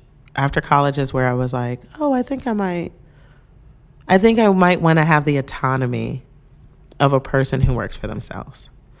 So it turned into, okay, if you want to have that autonomy, then what do you have to do? What skills do you have to get? And then over the years, slowly acquiring those skills. But it wasn't something that was necessarily even directed. Mm-hmm. I went to marketing. I'm like marketing manager, area marketing manager type of situation. And that's kind of what account executive marketing type of situation. So the analytics side of marketing, what's working, what's not working, and why isn't it working? What's working, what's not working, and what is the public saying about that? So those type of things, that's my strong point. And I think to a certain extent, growing up as in a performing arts kind of moved that along a little bit, I think that growing up in the performing arts made me a good relationship manager. Right. And as a result, that, that's really what that is, because you're giving people advice on their business a lot. And so they have to be open to you speaking to them and interacting with them. So to some extent, that's the only connecting tissue, if you will. Mm-hmm. But it was very early, like it was very clear very early, once I was out of ballet, that this is what I was going to be doing. And I just kind of thought that that's what I would be doing for the rest of my life. Like, I would work for an agency and I would pick up a client, work that client until I was a senior VP. And that was just kind of the plan. Someplace along that, I just realized I have a knack or a talent for business. And I am the kind of person that sometimes I'm like, it would be really great. But also, because of the marketing background, I also think, okay, well, how much would it cost, and how much would we need to sell it for, and how much so on and so forth. Not just how much would the item cost, but how much does it cost to heat and cool it while it sits on the shelf before somebody buys it? How long should we have it for? Those type of things are kind of programmed in automatically, because I was doing them for my day job anyway. Then, I get around to my own situation, and it's like right before COVID. Okay. Because I want to say 2019, again, with the like birthday thing. Every time we come to the birthday, it's time to challenge myself to do something new. 2019, going into 2019, I was like, I'm going to find a product that I really like, and I'm going to do what I do for other people, and I'm going to figure out a way to market that product. I had already been making the body butter just for myself. I have eczema. I have very dry skin. It was always a thing for me. I don't like being greasy, so I created something that is non-greasy. So it's not greasy, not tacky, still moisturizes. I said, I think this is a good product. I went back and reformulated it. Again, I'll say this to anybody. Make sure you check and recheck the legal. Check and recheck the legal every year for your business, regardless of what kind of business you have. Make sure you do that, because laws are always changing. Things are always happening. So went back over 6 or 7 months, said, okay, this is the thing. And then I opened Luxe skincare, right? That, like, noticing that, how do I want to say? No, obviously it was right before COVID, right? So it did well. I'm on Etsy, have a website, we're vendoring shows. Okay, it's doing well. COVID comes in, it like goes banana wacky. Now, I also have an innate skill, because I did tell you my mom is a designer, right? So I have an innate skill that I'm not a seamstress. I'm able to sew better than most people, not as well as a seamstress, okay? So COVID starts, and it's like mask central. So I get sewing a mask. I start sewing masks. I put them onto my Etsy site, and they like take off, right? And the thing is, I would send a sample of the skincare product with every mask, right? Just send a sample with it, like, send a little oil, little face oil, a little face body wash or whatever. And I would just constantly send it. Sold so many masks that people eventually started coming back because now masks are no longer a thing. Here again, tying in, if you do the right thing, if you do a good thing, then, eventually it'll work out for you. Well, every mask that somebody bought, I donated a mask. And I started with the people at Joann's and stuff, because we would be in there getting our fabrics, and Joann's didn't provide masks for their employees at the time. They were just like, help you figure it out. Interesting. So there's like these older women, because that's generally what the sewing department is at like any craft store like that. There's these older women like cutting yards and yards of fabric for people who are making masks. Sometimes with a mask that's torn, a mask is ill-fitting. So I just started with them, and I just put it up on Facebook, and I'm like, hey, I'm making masks. If y'all need a mask, they're inexpensive. For everyone you buy, I'll donate one. Started with the Joann's people, then went on to like people who do like Meals on Wheels and stuff like that, because clearly they would need a mask. Then went on to like food service workers that were, still working. God bless them, because like it's a pandemic, but I still need this Rally's burger, right? Like I got to have this chicken sandwich. Popeyes came out with that chicken sandwich, and we was like, we don't care if you die for this chicken sandwich or not, girl. I'll take two. like I just like, so I started like just donating them. I would like sell one, put one in the car, sell one, put one in the car, give them out to people, make sure that people got them, gave them to a lot of healthcare workers' families and stuff like that, because healthcare workers had to wear N95s, but their family members need masks. Eventually people were like, that's such a great thing, and started coming back for the skincare, and now here we are a couple years later. Yeah. Wow. Okay, you know what's funny is, I have this like ever-growing list of guests that I want to have on for the show. You're on it twice. Because I like found you when Franklinton Market popped up, but you were already on there from Luxe Skincare. From Luxe Skincare. And I don't think I put two and two together until like I was like, oh, okay, cool. Here's Rasheedah, and she does this and that, and then I'm like, oh, so you were on the list twice. I was already on the list. It's the body butter that got me there. It's the body butter that got me there. I absolutely love it. That was honestly gonna be my next question, was like the process of that. But like, now sitting, you're still clearly Franklinton Market up and running. Still doing Luxe Skincare. Yeah. Still got a day job. Yeah. I forgot you. So I don't sleep. This is again, who you work with dictates everything about your output. Like everything about your output. The way that everybody around me gives me very clear and concise communication, because they know I got a lot going on, right? And I'm good at forgetting, and I go into granny mode real quick and be like, child, I forgot. I'm so sorry.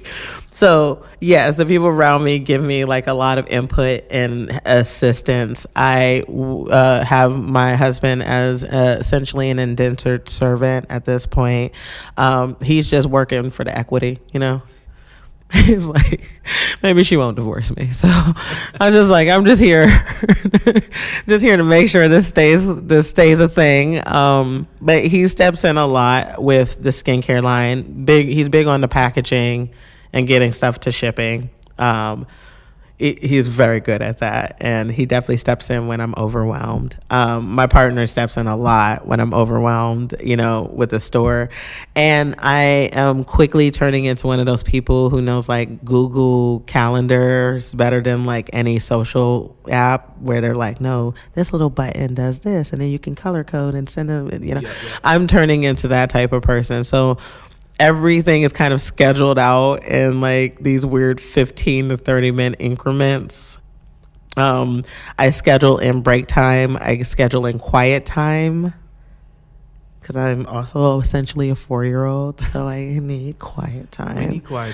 I schedule in all these types of things, and I try to stick to that schedule without ruining like my relationships in life, because that can be a little difficult, You also have to constantly do the PR work, like the optics work with the people around you, where you're like, no, I do love you. I care about you.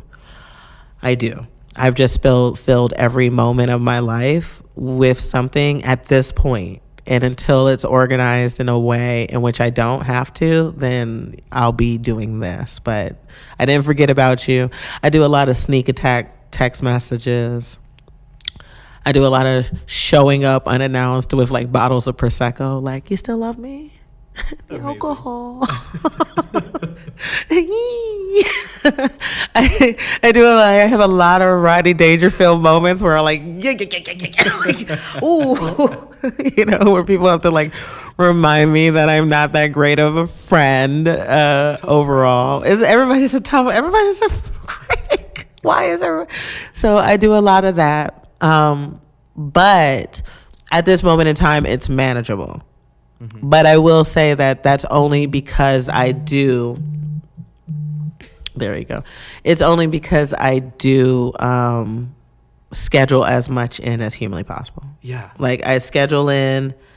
I wake up very early, and like not to have like that podcast bro like rundown of their morning like wake up and get ready with me routine. No, but like I wake up really early because my husband does not, and it's the moment I'm gonna get some peace and quiet. Mm-hmm. I wake up really early because my dog is also 8 pounds, and so she will pee on my floor if I do not get up and take her out.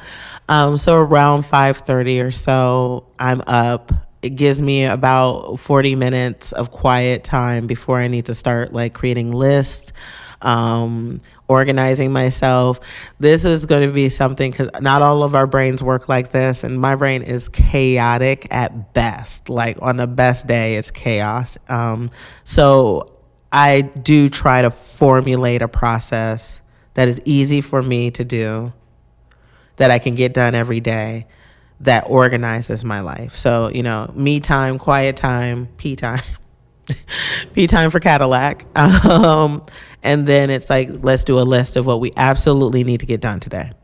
You know, hell or high water. So, and sometimes it's going to be personal and professional. Sometimes it's going to be like, get something done for the job, the corporate job I have, but also, you know, your goddaughter's birthday is today. Also, this is happening. So make sure you hit these personal points, these professional points. You know, it's tiring because I pass out on the couch like, you know, like 9:45. Right. I'm like, that was great. Yeah. And then I'm just like over and done with, and then I start the new day. But I try to make sure that I'm doing around the same thing kind of every day. So then everything gets done incrementally, but also I don't get overwhelmed. I don't get taken off the board, like, and business gets done. I don't know if that's just like naivete right now where I'm like, I'm toddling and I'm doing good, you know, like I don't know what that is at this moment, but right now that's working. So right. That's what I'm doing. Okay. So whether it's in, you know, how you're structuring your day to day or entrepreneurship or even balancing ideas or balancing relationships or yourself, it can be anything. What do you feel like up to this point on your journey? Like, what do you feel like the biggest lesson you've learned is? It's okay. It's okay to design your life around you.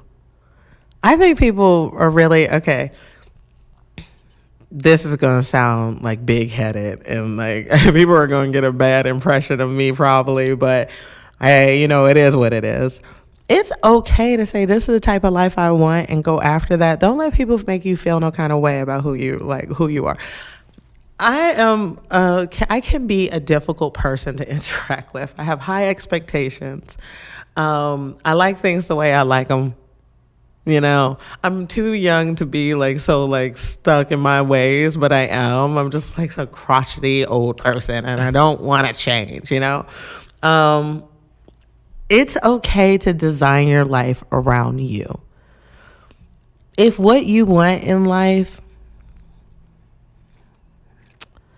you know, if what you want in life seems unrealistic, who cares? Be unrealistic, you know, like do literally what you want to do. Here's the thing, because you're going to have to account for it on the other side, right? And you don't want to be the person who sits there and says, I didn't do what I wanted to do. And somebody goes, why grandma, why grandpa, why grand them? And you're like, oh, because I was scared. You don't want to pass that on. That you don't want to pass on that legacy. You don't even want that to come out your mouth, right? So that advice is mostly like, if you can again, that sounding hokey, but like visualizing what you want is okay, and doing what you want is okay. Like We don't have children. A lot of people harp on us about not having children. I get you would be a great mother. No, I wouldn't, because I don't want to be one. Yeah. I'd be mediocre at best, right? I would probably work harder to make sure that my kids had therapy money for their adulthood. I'd be like, you know what? I know, but the therapy is on me. So you'll be fine. You'll be fine. You'll be fine. And so like I got the copay and everything. Like don't worry about it. Like I wouldn't be. And like it's okay for you to know those things, right? And design your life around those things. I wanted to do X, Y, and Z, so my life had to be like this, this, and this. It is not a normal life. It's not always what everybody else is doing, but it really makes me happy. And the reason it makes me happy is because, like, I designed it, and that's, like, I did it. Mm-hmm. My marriage is like that. My household is like that. My husband does this thing where, like, when we have company coming over for like a holiday or like a dinner and stuff like that, he flips out and cleans everything, like Q-tip style, like in the corners and stuff. And he would do this all the time. And I'd be like, child, this is our house. They'll be fine. They knew who we are. They didn't just meet us. We're not like trying to adopt their child or anything. Like we don't have to impress them. They've known us for a long time. They are already impressed, right? We just have to welcome them into our home. And so we got to this point where he stopped doing this like 2-day clean-a-thon, situation. And he's like, I feel so much better. And I'm like, yeah, because we designed the house. Again, I told you no kids live here. Mm-hmm. Things don't end up out of place that much because one of us would have had to do it, which means one of us would have had to been home to do it, right? So like, it's okay. We already designed a house around the lifestyle we want to have, so we don't have to do any more, and it's respectable and it's a good place. I'm like that kind of like about everything, where I'm like, people are not gonna go ham on you for this, so you don't have to like try to give off anything that isn't you. Your life can literally be what you would like it to be. Now, is that going to be easy? Absolutely not. I'm saying this out my mouth. Like, this is easy. This is, everybody can just snap their fingers and make the life they want. I don't mean that. What I do mean is, if you want to be an entrepreneur, you can slowly get the information, slowly get the experience, and then be an entrepreneur. If you don't, you can slowly get the information, slowly get the experience, and get the job you want. Some of us have problems. Like, some of us want to be a princess, and that might not necessarily happen. But, Meghan Markle is out here proving to you every day that you can go from carrying a suitcase to royalty. Right? Like she was carrying a suitcase with a number on it, and now she's a royal. So it's like, it's not, I'm not saying you're going to find another royal, like a royal to marry. I'm not going to say that that's what's going to happen. But what I'm saying is that you can put the bricks up, right? Like, as you're walking, like, you could be like, okay, this is what I like. This is what I want.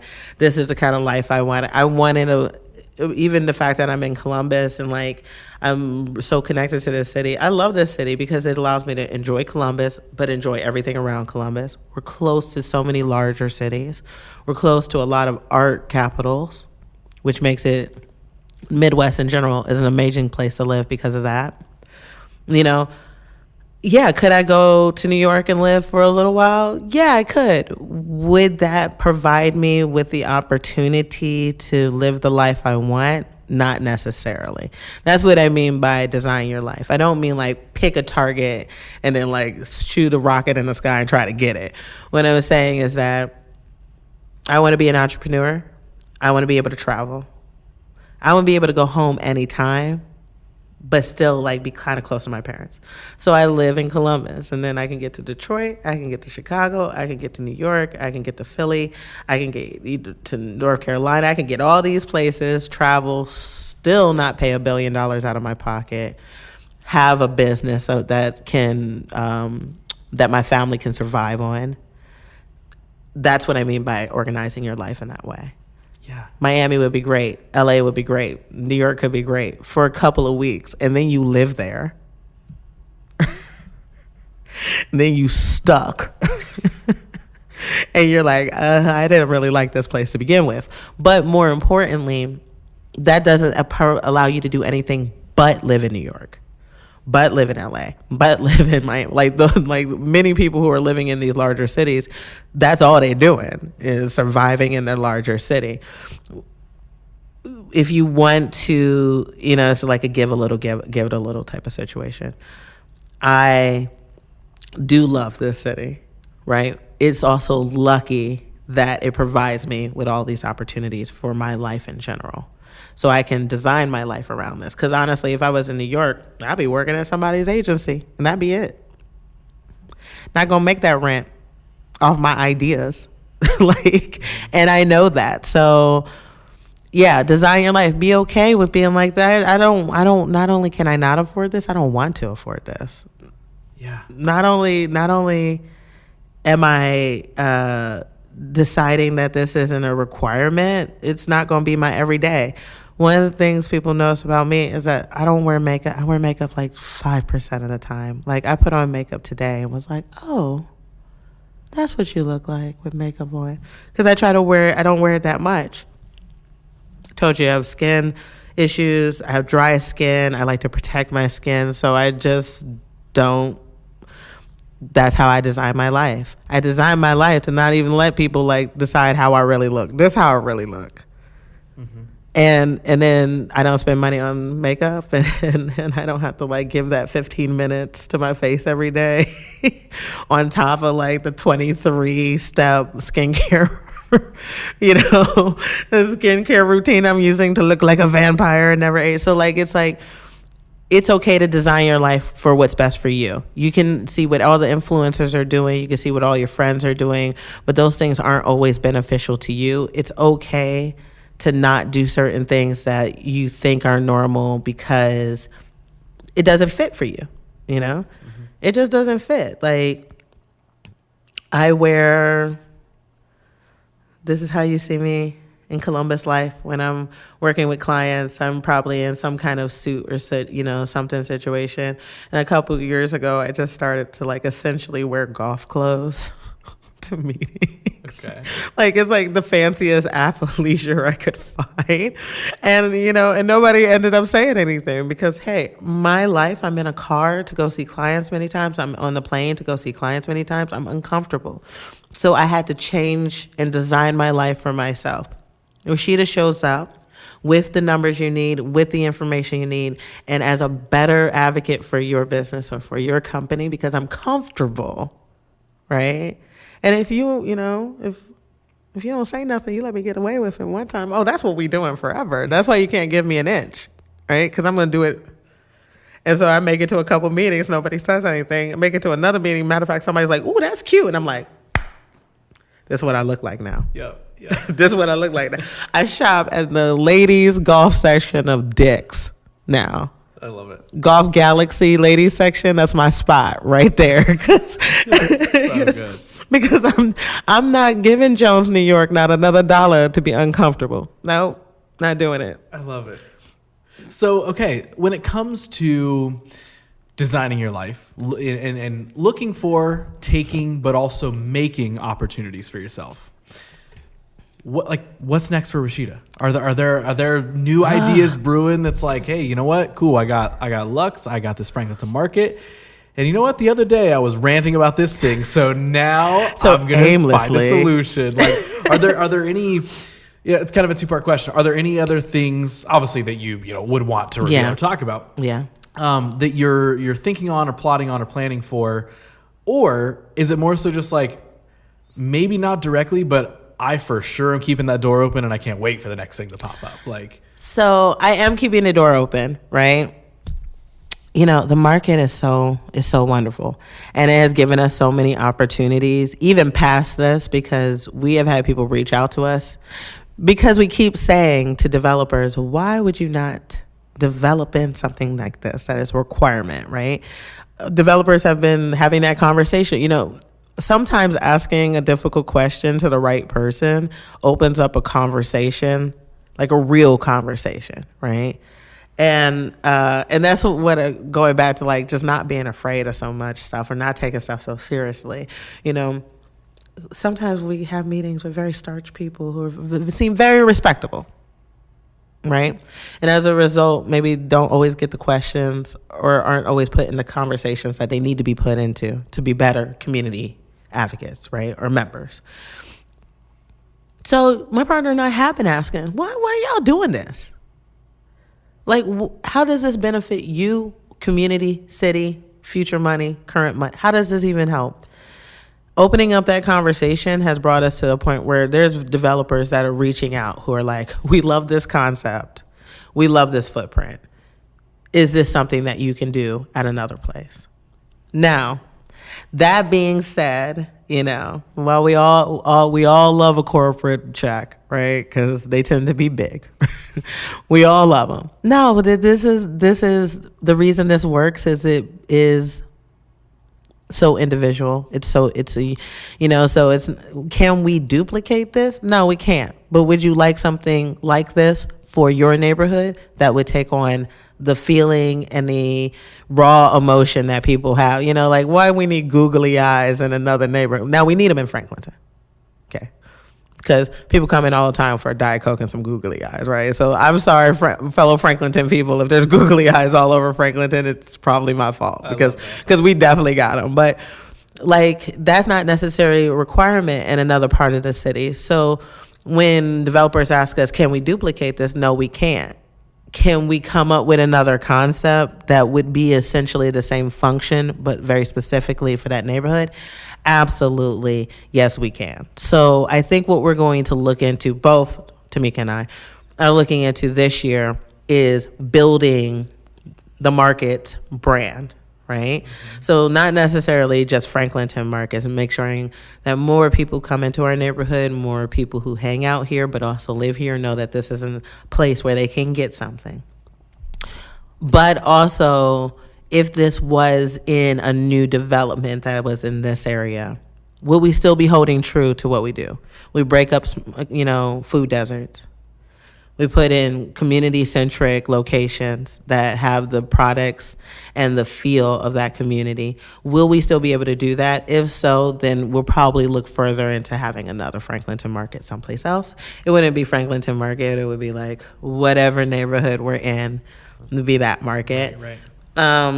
Because like this is going very well, and this is something that makes us feel good to do every day. We're like, oh, okay. People come in for like Advil and they're like, oh my God, this is amazing.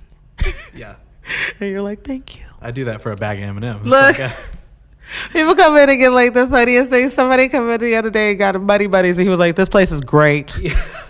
It was like, well, thank you very much, kind sir. So yeah, we're looking into those type of opportunities. We've been presented those opportunities, so now it's just about sussing it out. We don't want to be a sellout. We don't want to just like sell the whole idea to the corporate god and just go, so we want to make it something that is unique to the neighborhood that we would be going into. Me personally, I don't know.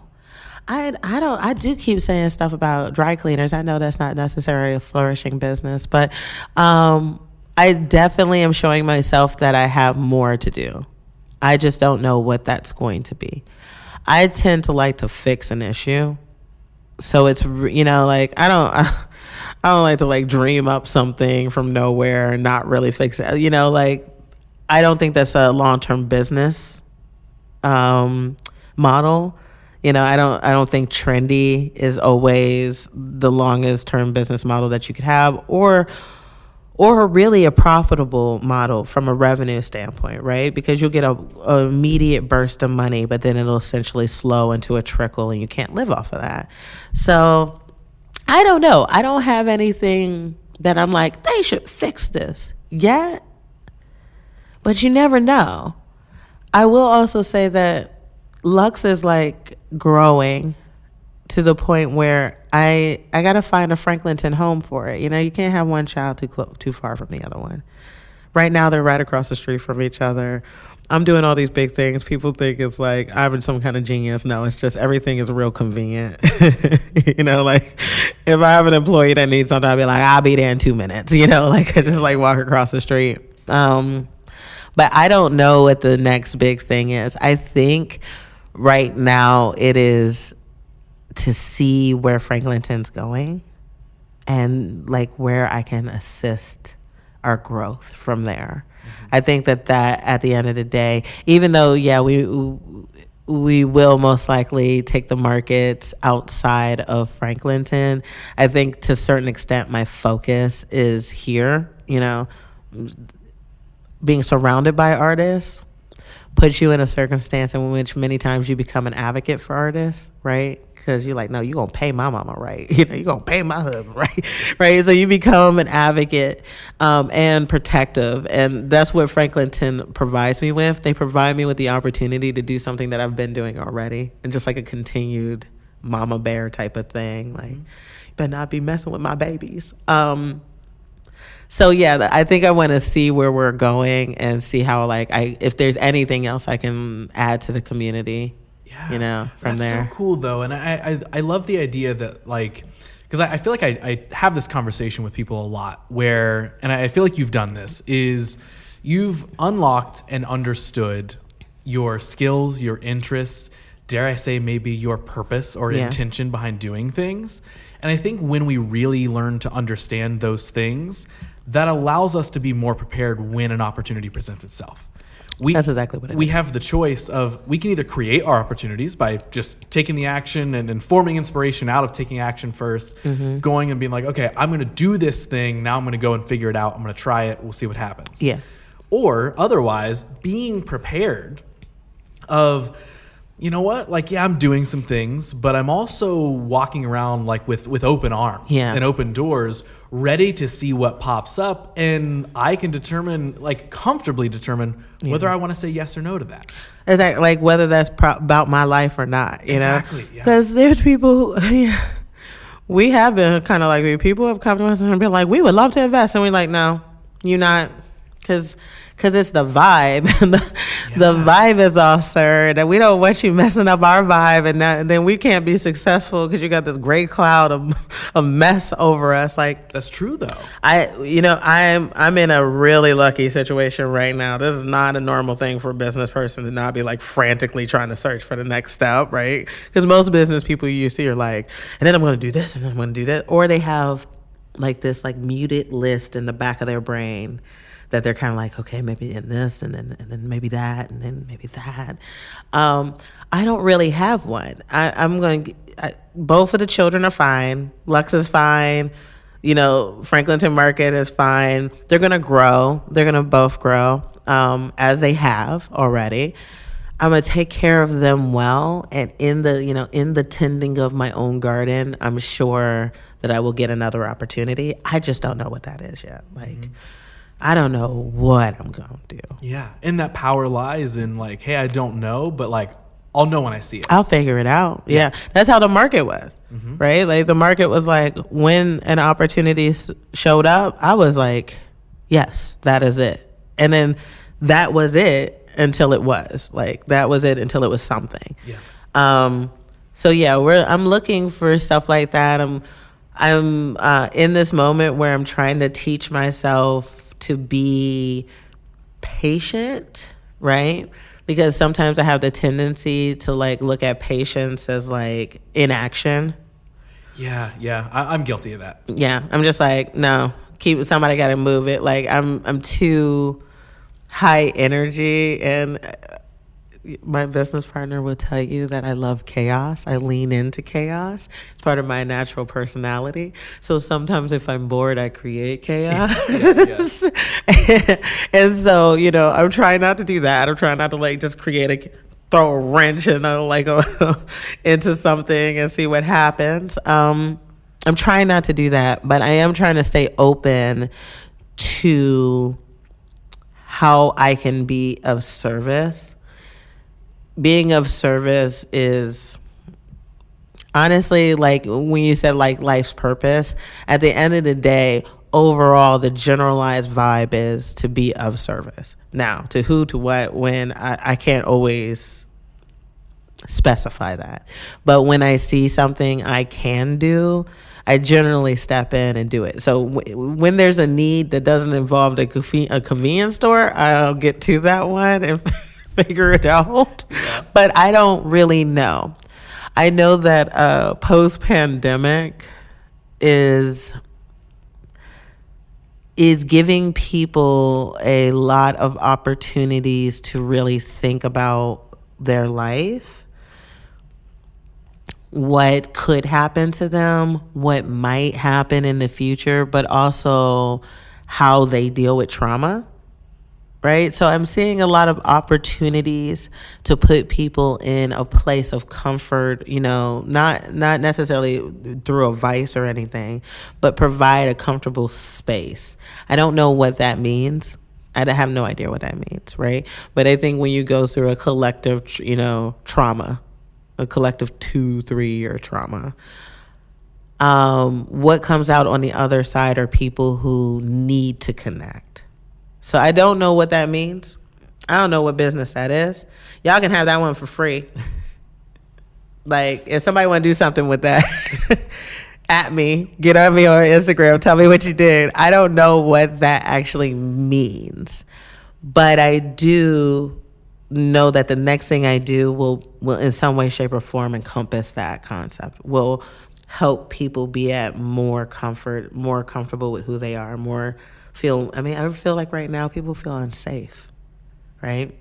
Like, people feel like there's no safety net, and there wasn't ever a safety net, right? That never existed, but the feeling that maybe there was one, right? Kind of held us in this grace for a long time, and then this happens, and we're like, oh hell, we are raw dogging it through.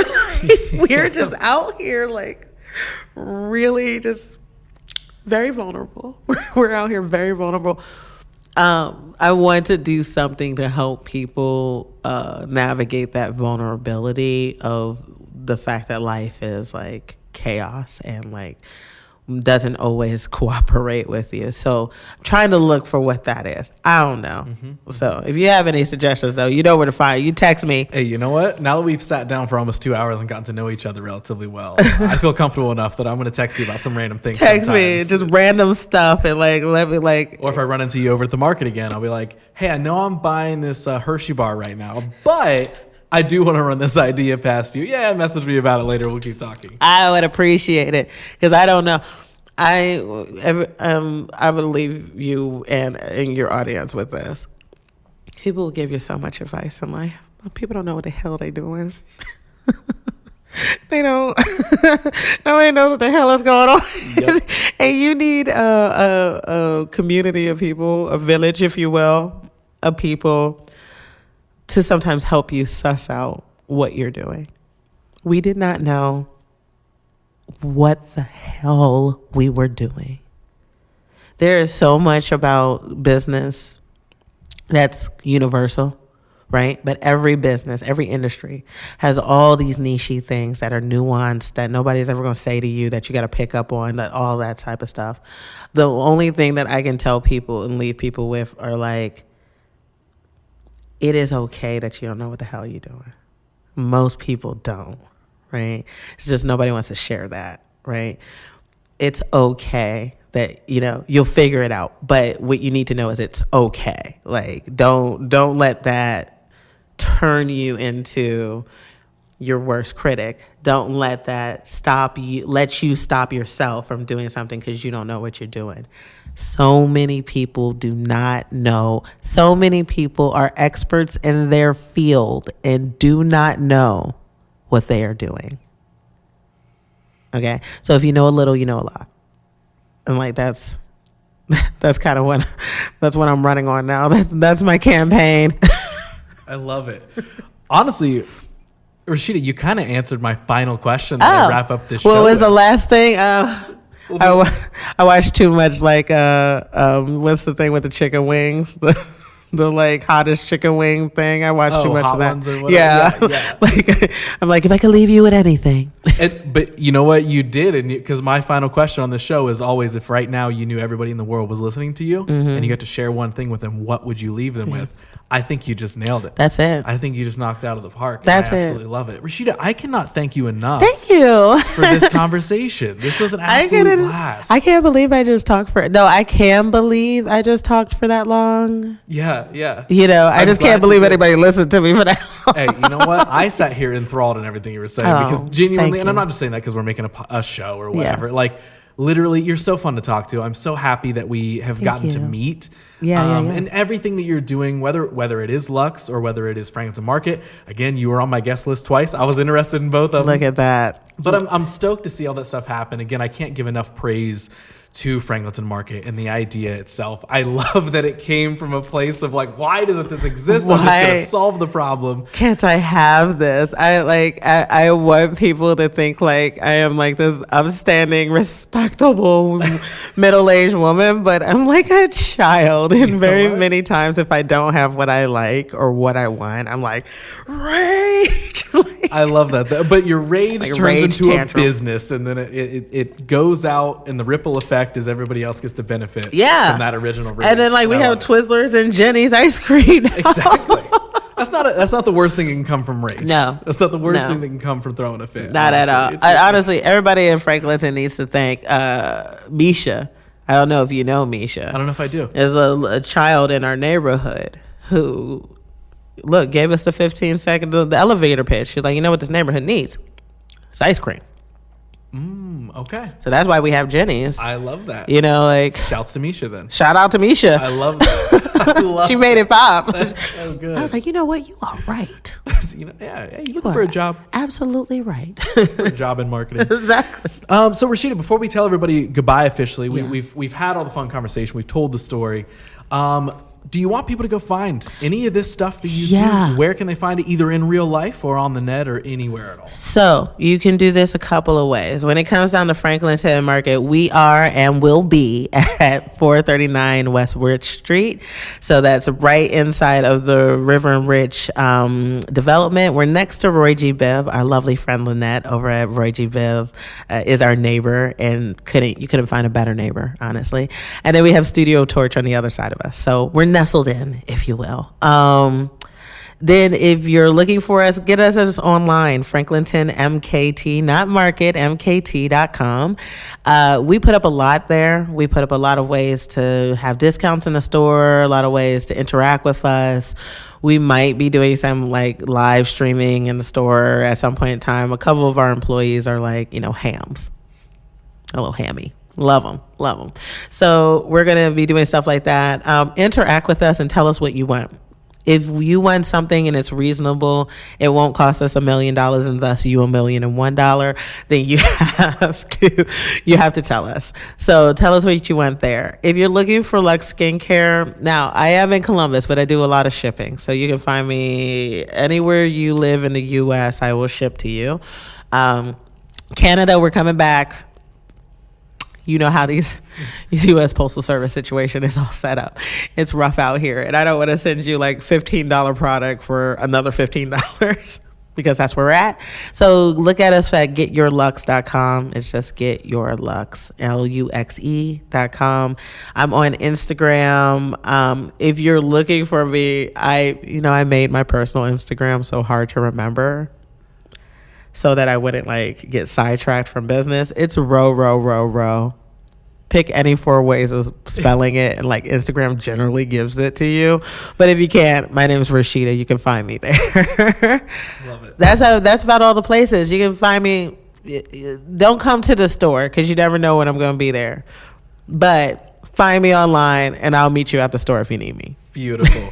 This was a blast. Thank you. I cannot thank you so much. This was a blast. Thank you for asking me. Much fun. Of course. I'm stoked you're down. We just made a podcast. We did it. Look at us. We did it. Podcast has been accomplished.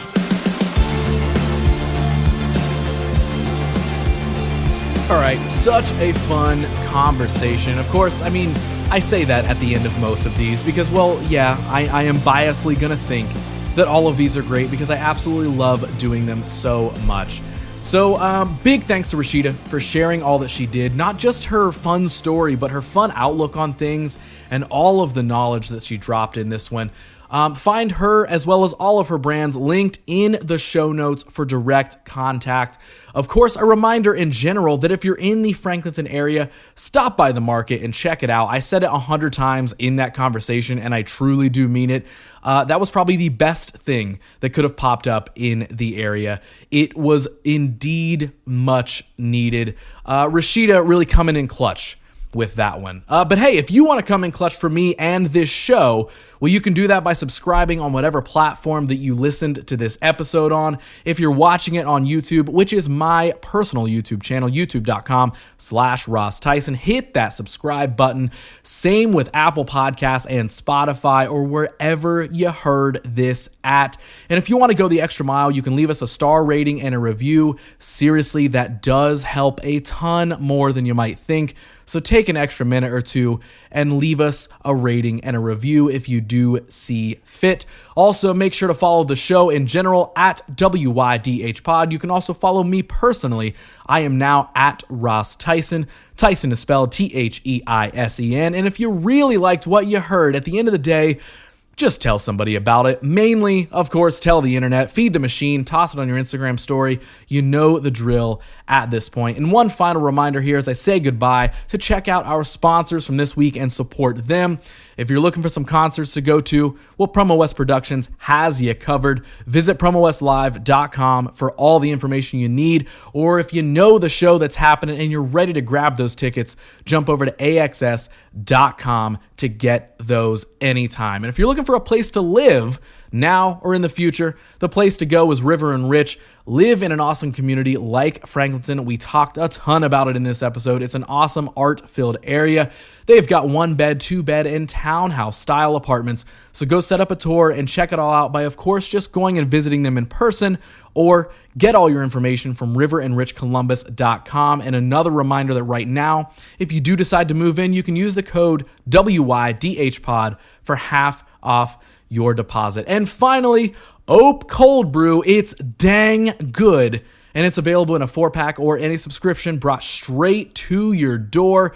You can place an order or find all the info on that over at oakcoldbrew.com. But that is it, you guys. I must bid you adieu.